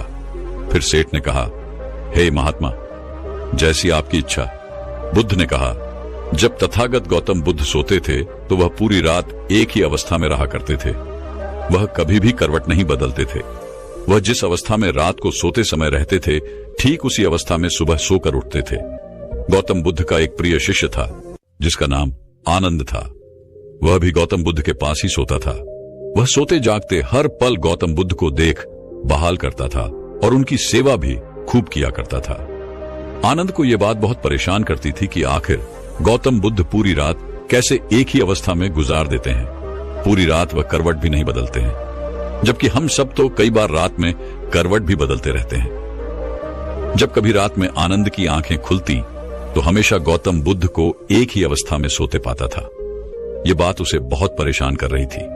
लेकिन एक दिन आनंद अपनी जिज्ञासा को रोक नहीं पाया और गौतम बुद्ध के पास रात को ही जाकर उन्हें मध्य रात में नींद से जगा दिया और कहा, तथागत, मुझे क्षमा करें। मैं जानता हूं कि आपसे प्रश्न पूछने का यह सही समय नहीं है, क्योंकि आप पूरे दिन ज्ञान देते हैं, लोगों की समस्याओं का समाधान करते रहते हैं, लेकिन मेरे अंदर की जिज्ञासा इतनी बढ़ चुकी है कि मैं सुबह तक का इंतजार नहीं कर सकता। इसलिए आप मेरे प्रश्न का उत्तर देकर मेरी जिज्ञासा को शांत करें। आनंद ने आगे कहा, मैं पिछले 20 वर्षों से आपके साथ रह रहा हूं और देख रहा हूं कि आप पूरी रात केवल एक ही अवस्था में सोते हैं। सुबह भी आप उसी अवस्था में सोकर उठते हैं जिस अवस्था में रात को आप सोए थे। इसका क्या मतलब मैं समझूं? या तो आप गहरी नींद में सोते हैं या फिर आप कभी सोते ही नहीं हैं। गौतम बुद्ध आनंद की तरफ देखकर मुस्कुराते हैं और कहते हैं, मैंने अपने लिए सोने की सबसे अच्छी अवस्था को खोज लिया है। अब सोते समय मुझे हिलने डुलने की आवश्यकता नहीं पड़ती है। मैं नींद की अवस्था में भी जागृत रहता हूं जबकि मेरा शरीर सो जाता है। प्रश्न ये नहीं है नींद की अवस्था में भी शरीर हिलता है कि नहीं, शरीर क्यों एक स्थिर अवस्था में रह नहीं पाता, इसका असली कारण है मन। यह मन ही है जो कि शांत और स्थिर नहीं रह पाता। और यही कहा है कि नींद की अवस्था में भी हम अपने शरीर को हिलाते रहते हैं। लेकिन मैं इन सब चीजों से परे आ चुका हूं। अब मेरे अंदर मन जैसा कुछ बचा ही नहीं है। जब मैं सोने जाता हूं तो मेरा शरीर बस एक मृत शरीर की भांति हो जाता है। मन में जैसे कुछ भी बचता नहीं है, मेरे अंदर कुछ भी विचार नहीं चलते रहते हैं। गौतम बुद्ध कहते हैं, आनंद, क्या तुमने कभी मृत शरीर को अपनी अवस्था बदलते हुए देखा है? यह तो केवल हमारा मन ही है, क्योंकि हमारी गहरी नींद की अवस्था में भी यह सब काम करवाता रहता है। एक बार मन स्थिर हो जाए, मन हमारा शांत हो जाए, तब तुम्हारा शरीर एक गहरी नींद की अवस्था में चला जाएगा। कहानी खत्म करने के बाद बौद्ध भिक्षु ने उस सेठ से कहा, एक जागृत इंसान नहीं केवल अपने शरीर को पूरी जागरूकता के साथ देखेगा, बल्कि वह अपने मन को भी जागरूकता के साथ देखता रहता है। एक जागृत सामान्य आदमी की तरह नहीं होती। जब एक सामान्य आदमी सोता है तो वह अचेतन हो जाता है, लेकिन जब एक बुद्ध व्यक्ति सोता है तो वह जागरूकता के साथ सोता है। जैसे सुबह आंखें खुली होती हैं, वैसे ही व्यक्ति की नींद में भी होती है। इसलिए ऐसा कहा जाता है कि वह व्यक्ति कभी सोते ही नहीं है। जब इंसान सोने जाता है तो उसे नहीं पता चलता कि वह कब सो जाता है। लेकिन यह तुम जागने और सोने के बीच के छोटे से तरल में जागृत रह पाए तो कुछ घटित होगा जो तुम्हें जागरूकता के और करीब लाता जाएगा। यह सोचकर सेठ ने कहा कि महात्मा जी, आपकी बातें मुझे कुछ समझ में नहीं आ रही हैं। कृपया कर आप मुझे आसान शब्दों में समझाएं ताकि मुझे गहरी नींद का रहस्य पता चल जाए और मैं आसानी से हर रात को एक गहरी नींद ले सकूं और चिंता मुक्त होकर समझ सकूं। इस बात पर वे बौद्ध भिक्षु कहते हैं, देर रात तक जागने और आसानी से गहरी नींद न आने के 5 प्रमुख कारण हैं। पहला कारण है बिस्तर पर सोने के अलावा भी अन्य काम करना। जैसे कि बहुत से लोगों की आदत होती है कि वह बिस्तर पर ही खाना खा लेते हैं, बिस्तर पर ही पढ़ाई करने बैठ जाते हैं और ऐसे ही बहुत से काम वह अपने शयन कक्ष में ही करते रहते हैं। शयन कक्ष का उपयोग लोग सोने के अलावा भी अन्य कामों के लिए भी प्रयोग में लाते हैं, जिससे हमारे मस्तिष्क में शयन कक्ष का एक निश्चित अर्थ ही नहीं रह जाता। इसलिए जब हम बिस्तर पर सोने जाते हैं तो हमारा मन इस बात को स्वीकार नहीं कर पाता कि अब हमें सोना है, क्योंकि आपने उसकी उसी जगह पर अन्य कामों को करने की आदत डाल दी है। आज के समय की बात करें तो कुछ लोग बिस्तर पर ही अपने ऑफिस का काम भी करने लग जाते हैं। गेम खेलना, मोबाइल में कुछ देखना, सोने के बिस्तर पर ही टेलीविजन को देखना, ये सब काम लोग अपने सोने के स्थान पर ही करने लग जाते हैं और अपना अधिकतर समय वही गुजार देते हैं, जिसकी वजह से हमारा मन इसे स्वीकार ही नहीं कर पाता कि यह सोने की जगह है और मुझे यहां सोना है। और यही वजह है कि हमारा मन इसे स्वीकार नहीं कर पाता और जब हम सोने जाते हैं तो हमें नींद ही नहीं आती है, और अगर आती भी है तो काफी देर बाद। और इसके साथ साथ हमारे दिमाग में तमाम तरह के सपने आते रहते हैं जो कि हमें सही से गहरी नींद में सोने नहीं देते। और यही कारण है कि जब हम सोने जाते हैं तो हमें घंटों रात तक नींद नहीं आती है। बौद्ध भिक्षु ने आगे कहा, इस आश्रम में जितने भी भिक्षुक रह रहे हैं सबकी अपनी अपनी सोने की जगह है। जब ये लोग अपनी सोने की जगह पर जाते हैं तो वहां पर सिर्फ वह सोने का काम करते हैं, वह सिर्फ सोते हैं। इस वजह से यहां पर सबको गहरी नींद आ जाती है और सुबह जब वे सोकर उठते हैं तो बहुत ही अच्छा अनुभव करते हैं, बहुत ही शांति का अनुभव करते हैं। इसलिए जब भी तुम सोने जाओ तो अपनी एक सोने की जगह निर्धारित करो, वहां पर सिर्फ और सिर्फ तुम सोने का काम करो, कुछ भी और तुम्हें वहां करने की जरूरत नहीं है। तभी तुम्हें एक गहरी नींद प्राप्त हो सकती है। बौद्ध भिक्षु ने कहा, गहरी नींद ना आने का दूसरा कारण है सोने का एक निश्चित समय निर्धारित न होना लोग इतने ज्यादा अपने कामों में व्यस्त रहते हैं कि वह अपने सोने के सही समय को निर्धारित ही नहीं कर पाते हैं। जब मन में आया सो लिए, और जब मन में आया जाग लिए। इस वजह से उनको गहरी नींद प्राप्त नहीं हो पाती है। आजकल तो लोगों की जिंदगी इतनी ज्यादा व्यस्त हो गई है कि वे ऑफिस का काम देर रात तक करते रहते हैं, अपने सोने का समय निर्धारित ही नहीं कर पाते, जिससे उनका सोने का क्रम बिगड़ जाता है और फिर उन्हें गहरी नींद भी नहीं आती है। फिर वह बौद्ध भिक्षु सेठ से कहते हैं, इसीलिए जब तुम सोने जाओ तो सबसे पहले खुद को खाली कर लो, खुद के मन को खाली कर लो, अपना एक समय निर्धारित करो। उस समय तुम कोई भी कार्य मत करो और अपना सोने का समय निर्धारित करो ताकि तुम्हें समय समय पर नींद आ जाए। बौद्ध भिक्षु ने आगे कहा, नींद न आने का तीसरा कारण है चिंता में सो जाना।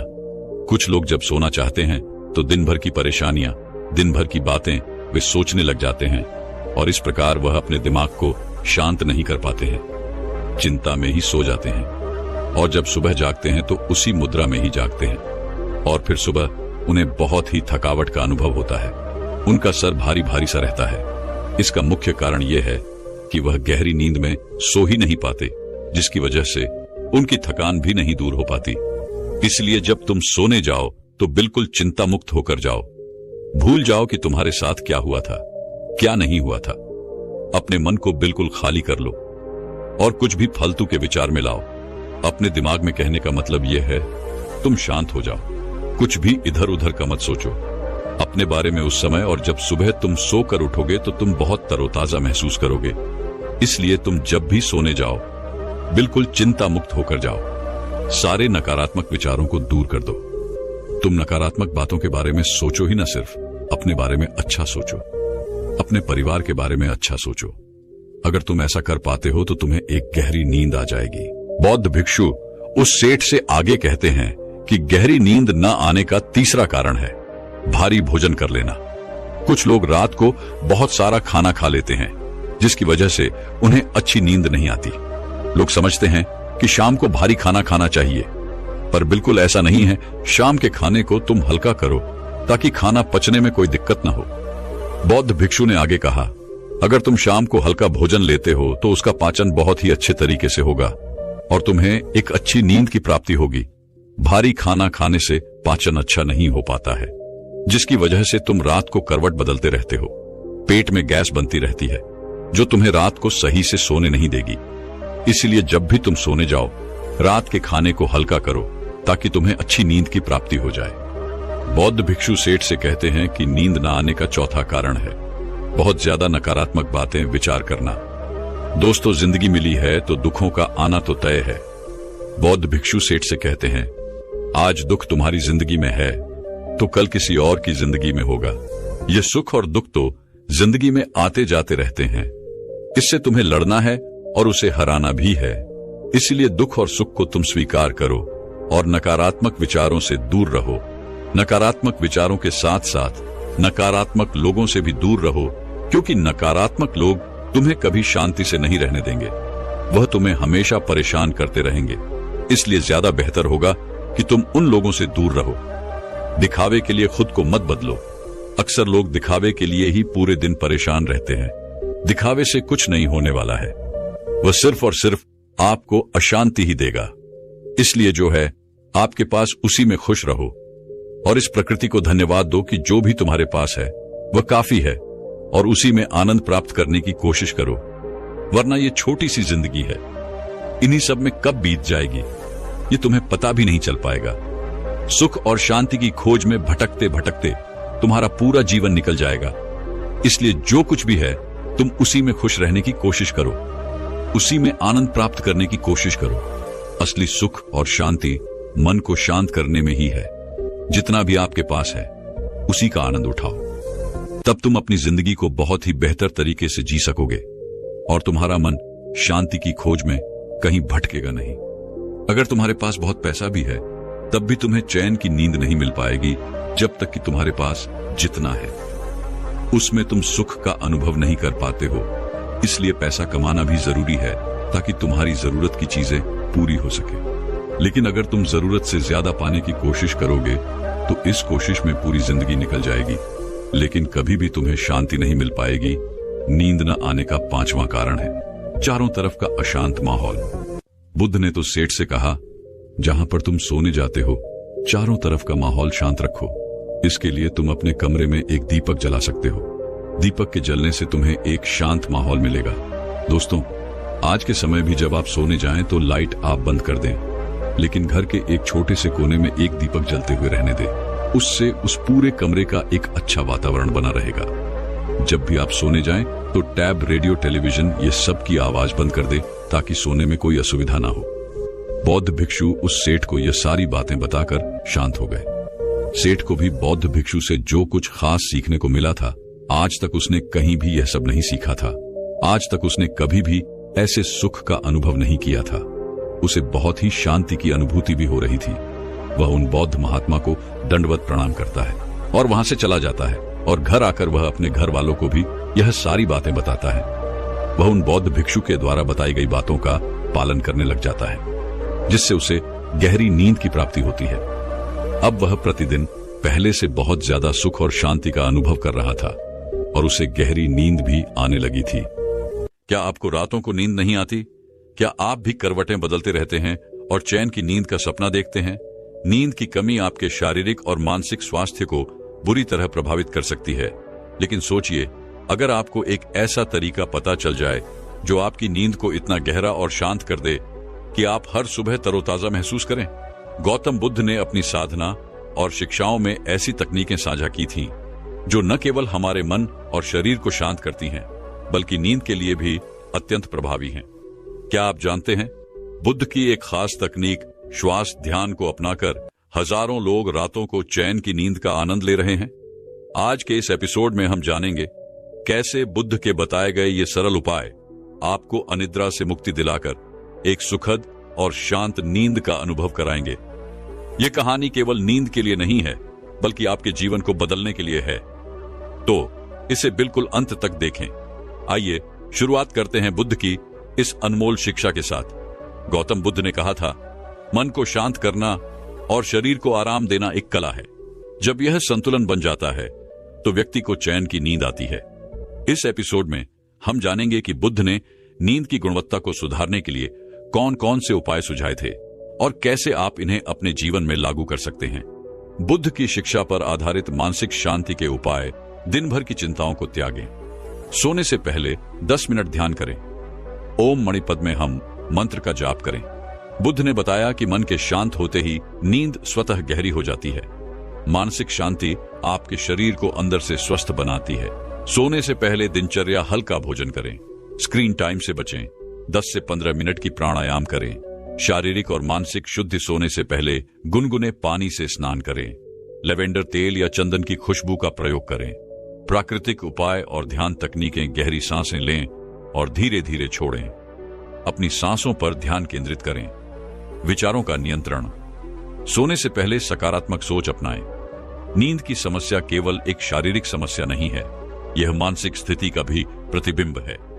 बुद्ध की सिखाई गई तकनीकें आपको न केवल गहरी नींद में मदद करेंगी, बल्कि आपके जीवन में संतुलन भी लाएंगी। नींद के लिए बुद्ध का तरीका। ध्यान और आहार का महत्व। गौतम बुद्ध ने कहा था, मनुष्य का आहार और जीवन शैली उसकी नींद को गहराई से प्रभावित करते हैं।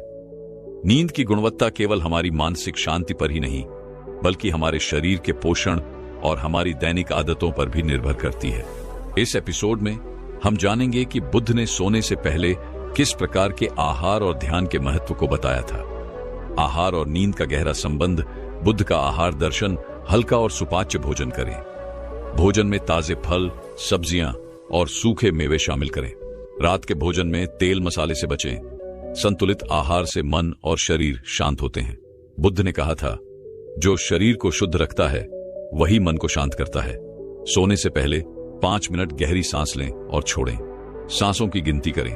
यह मन को शांत करने का सबसे आसान तरीका है। विशेष ध्यान तकनीक आनापानसति। ध्यान। अपनी सांसों पर ध्यान केंद्रित करें। इस ध्यान को 10 मिनट तक करें। बुद्ध का अनुशासन और दैनिक आदतें। नींद का समय निश्चित करें। रोज एक ही समय पर सोने और जागने की आदत डालें। सोने से 1 घंटे पहले डिजिटल उपकरणों से दूर रहें। रात की दिनचर्या। सोने से पहले गर्म दूध में हल्दी मिलाकर पिएं। एक सकारात्मक विचार के साथ दिन का समापन करें। बुद्ध की दिनचर्या और साधना से हमें नींद के बारे में और भी गहन शिक्षाएं मिलती हैं। लेकिन क्या आप जानते हैं बुद्ध ने जागते समय भी कैसे अपने शरीर और मन को आराम दिया? अगले एपिसोड में हम इन रहस्यों को और गहराई से समझेंगे। नींद और मन की शांति, बुद्ध की अनमोल शिक्षाएं। रात की साधना का महत्व। बुद्ध ने कहा था कि सोने से पहले मन को पूरी तरह शांत करना बहुत जरूरी है। अगर मन अशांत है तो शरीर आराम नहीं कर सकता। एक दिन एक शिष्य ने उनसे पूछा, गुरुदेव, जब मेरे मन में कई विचार चलते रहते हैं तो मैं सो नहीं पाता, इसका क्या उपाय है?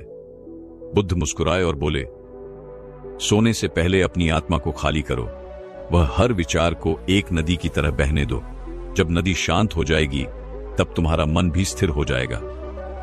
रात का अनुष्ठान, मन की सफाई के लिए छोटी प्रार्थना। बुद्ध ने अपने शिष्यों को सिखाया था कि सोने से पहले कुछ क्षण अपनी प्रार्थना में बिताएं। यह प्रार्थना उनके दिन के हर अच्छे और बुरे अनुभव को समर्पित करने का समय होता। जो भी आज हुआ उसे स्वीकार करता हूं। मैं खुद को और दूसरों को क्षमा करता हूं। पवन मुक्तासन, गैस और पाचन सुधारने के लिए। बालासन, शरीर को शांत करने के लिए। शारीरिक आराम का महत्व। शिष्य बोधि वृक्ष के नीचे साधना करते थे। बुद्ध ने उन्हें बताया, शरीर का आराम उतना ही जरूरी है जितना मन की शांति। एक थका हुआ शरीर जागृत मन को भी अशांत कर देता है। जागने का सही तरीका। बुद्ध ने नींद को एक नए दिन की शुरुआत का साधन माना। सुबह उठने के नियम। जागते ही कुछ क्षण आंखें बंद रखें।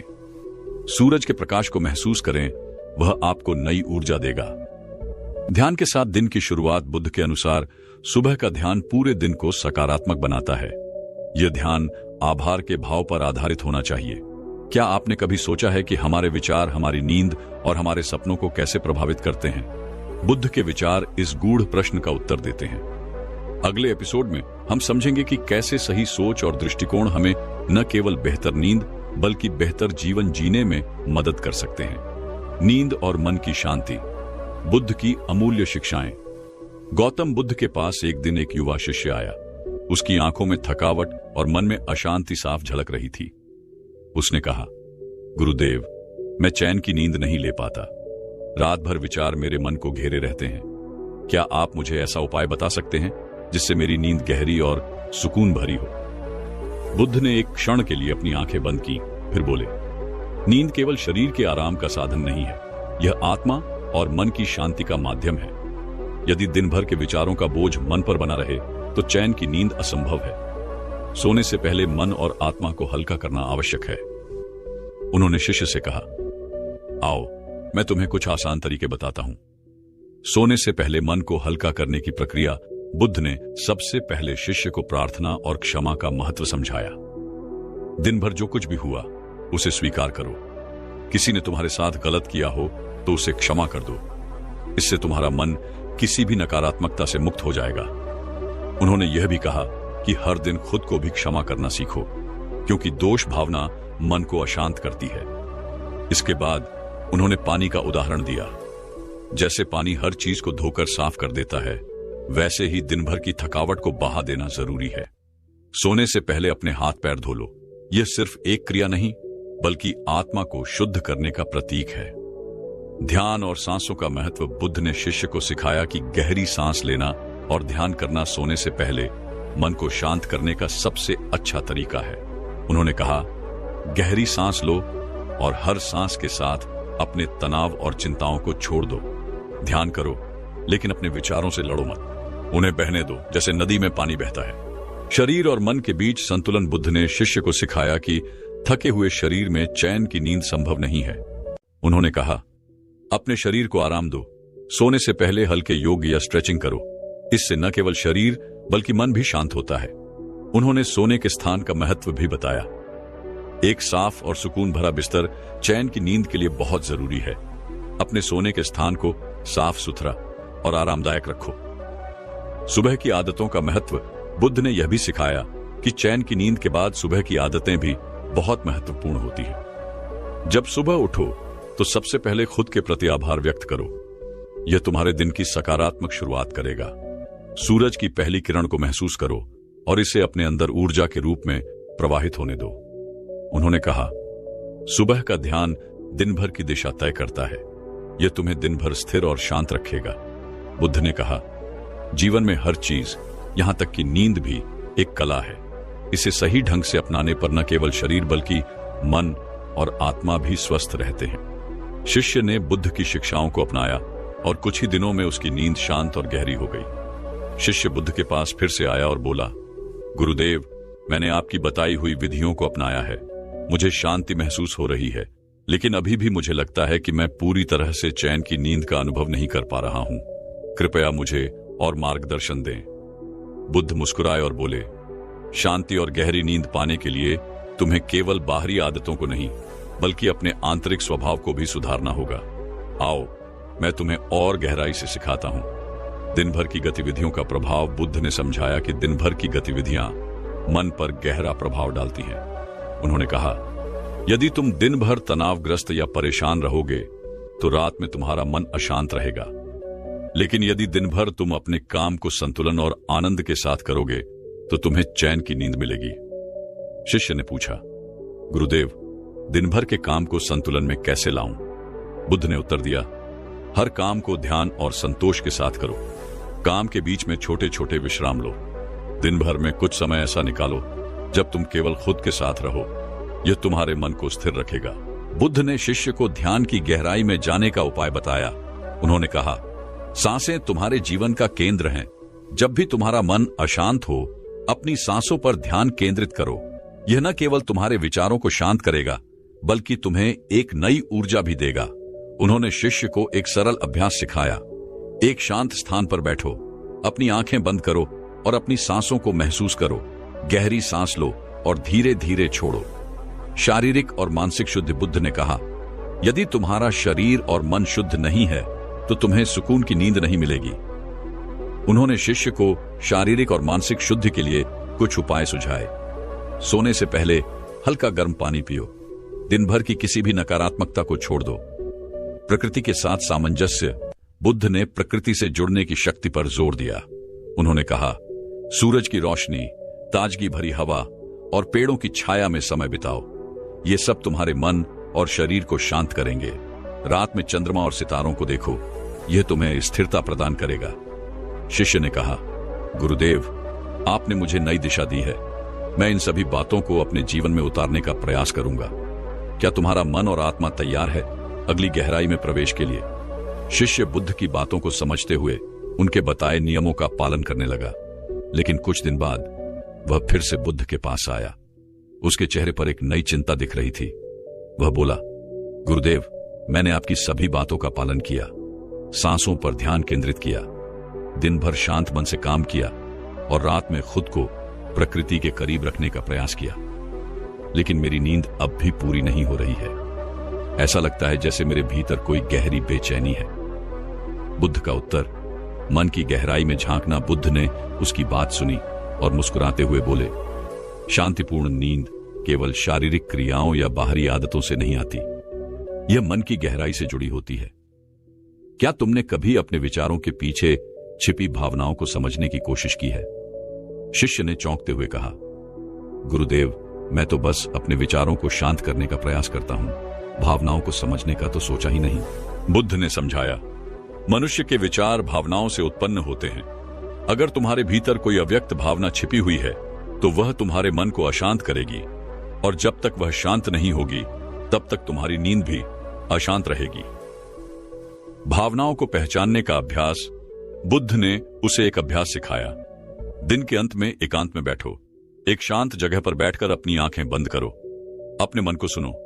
अपने भीतर उठने वाले हर विचार और भावना पर ध्यान दो।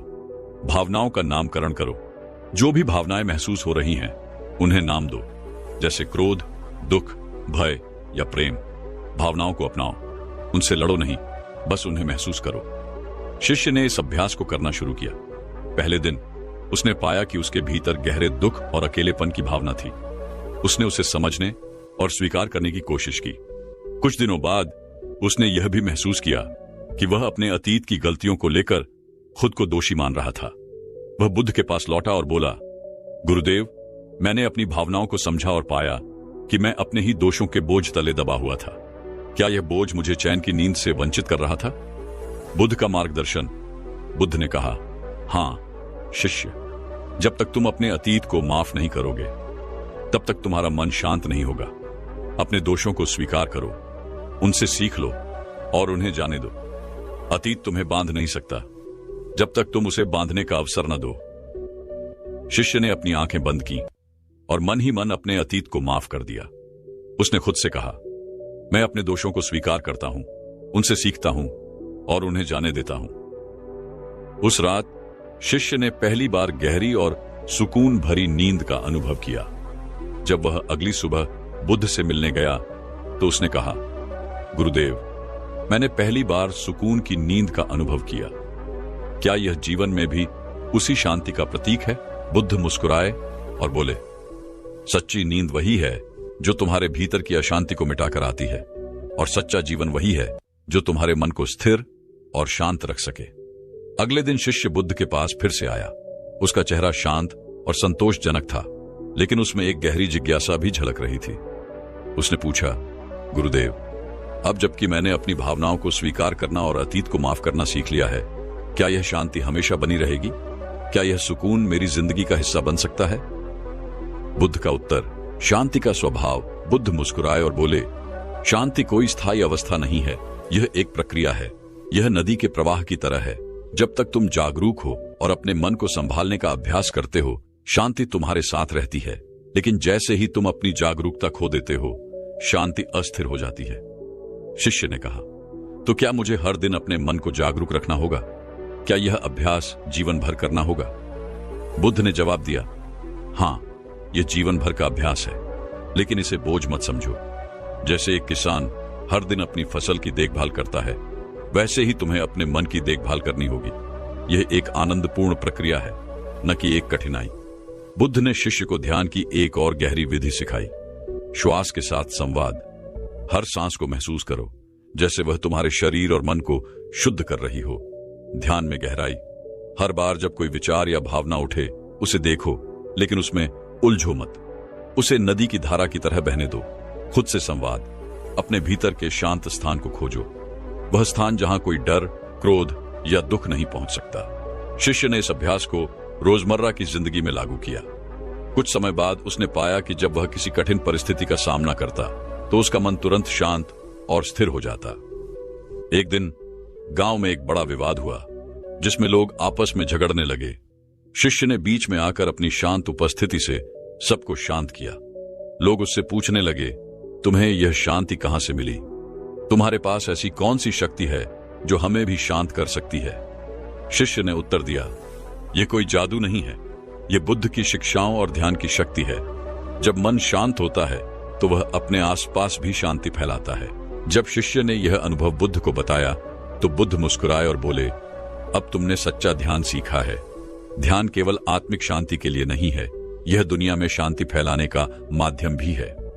जब तुम अपनी शांति दूसरों के साथ बांटने लगते हो, तभी तुम सच्चे अर्थों में एक बुद्धिमान व्यक्ति बनते हो। शिष्य ने पूछा, गुरुदेव, क्या कभी कोई ऐसा क्षण आएगा जब मुझे इस अभ्यास की आवश्यकता न हो?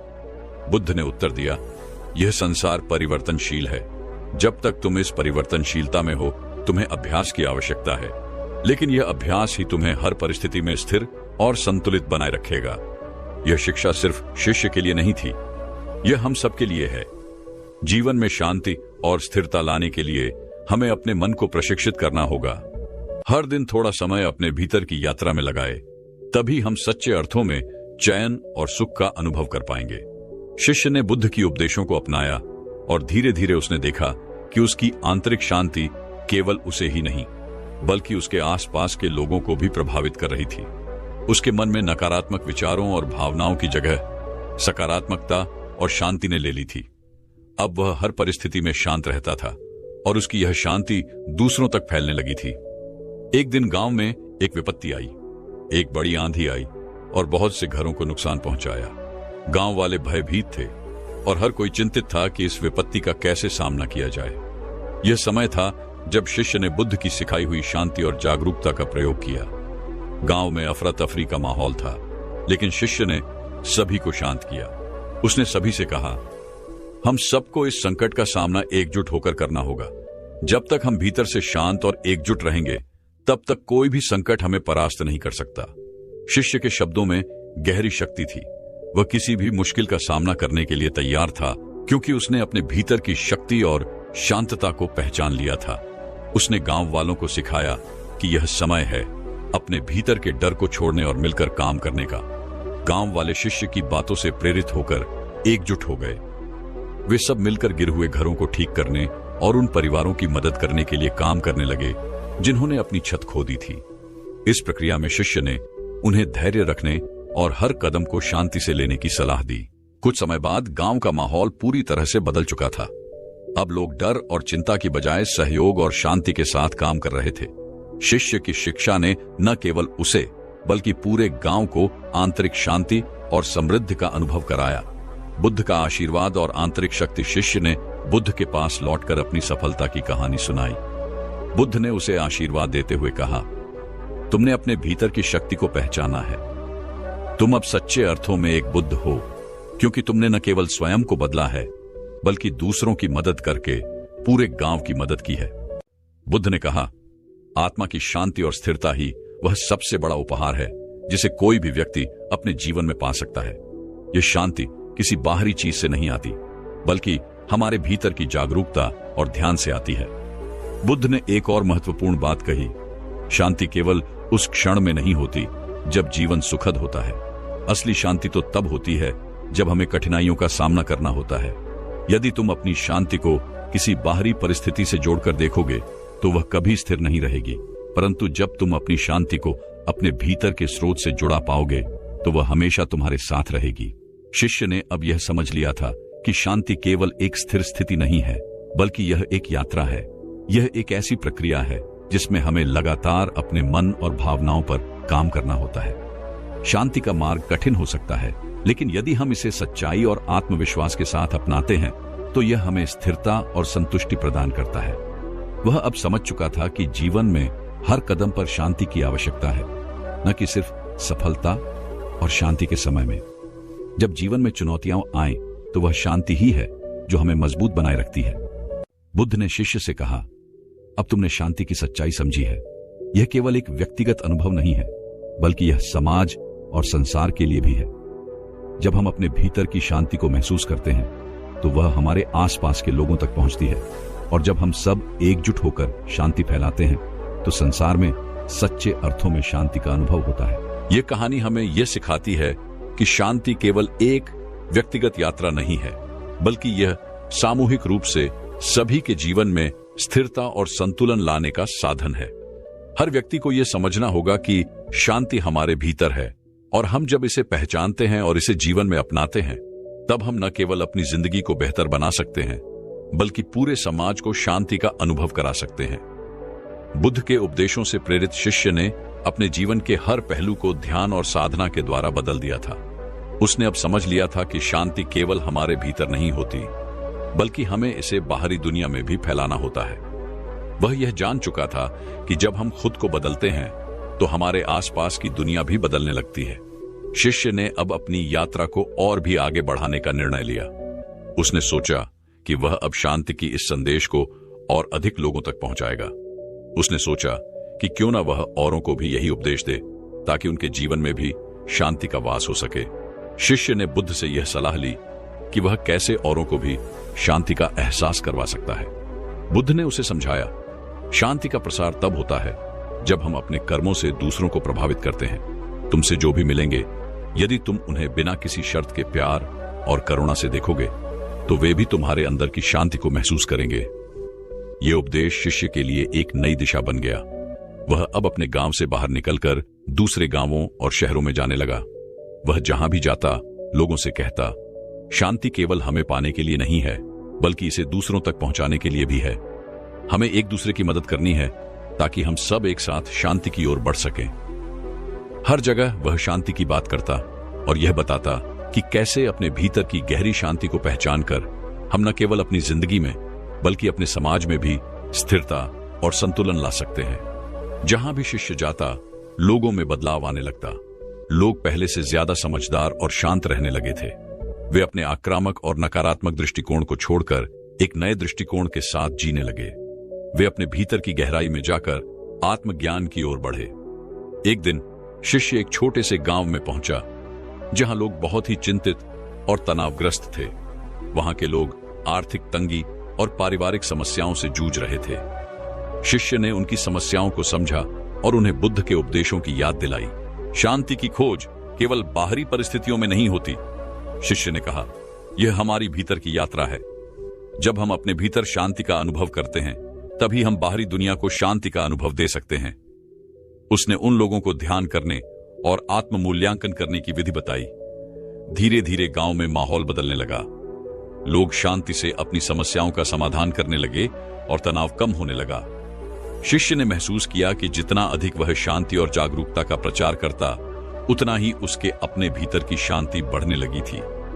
यह प्रक्रिया खुद को बदलने और समाज को बदलने का एक अनमोल चक्र बन गया था।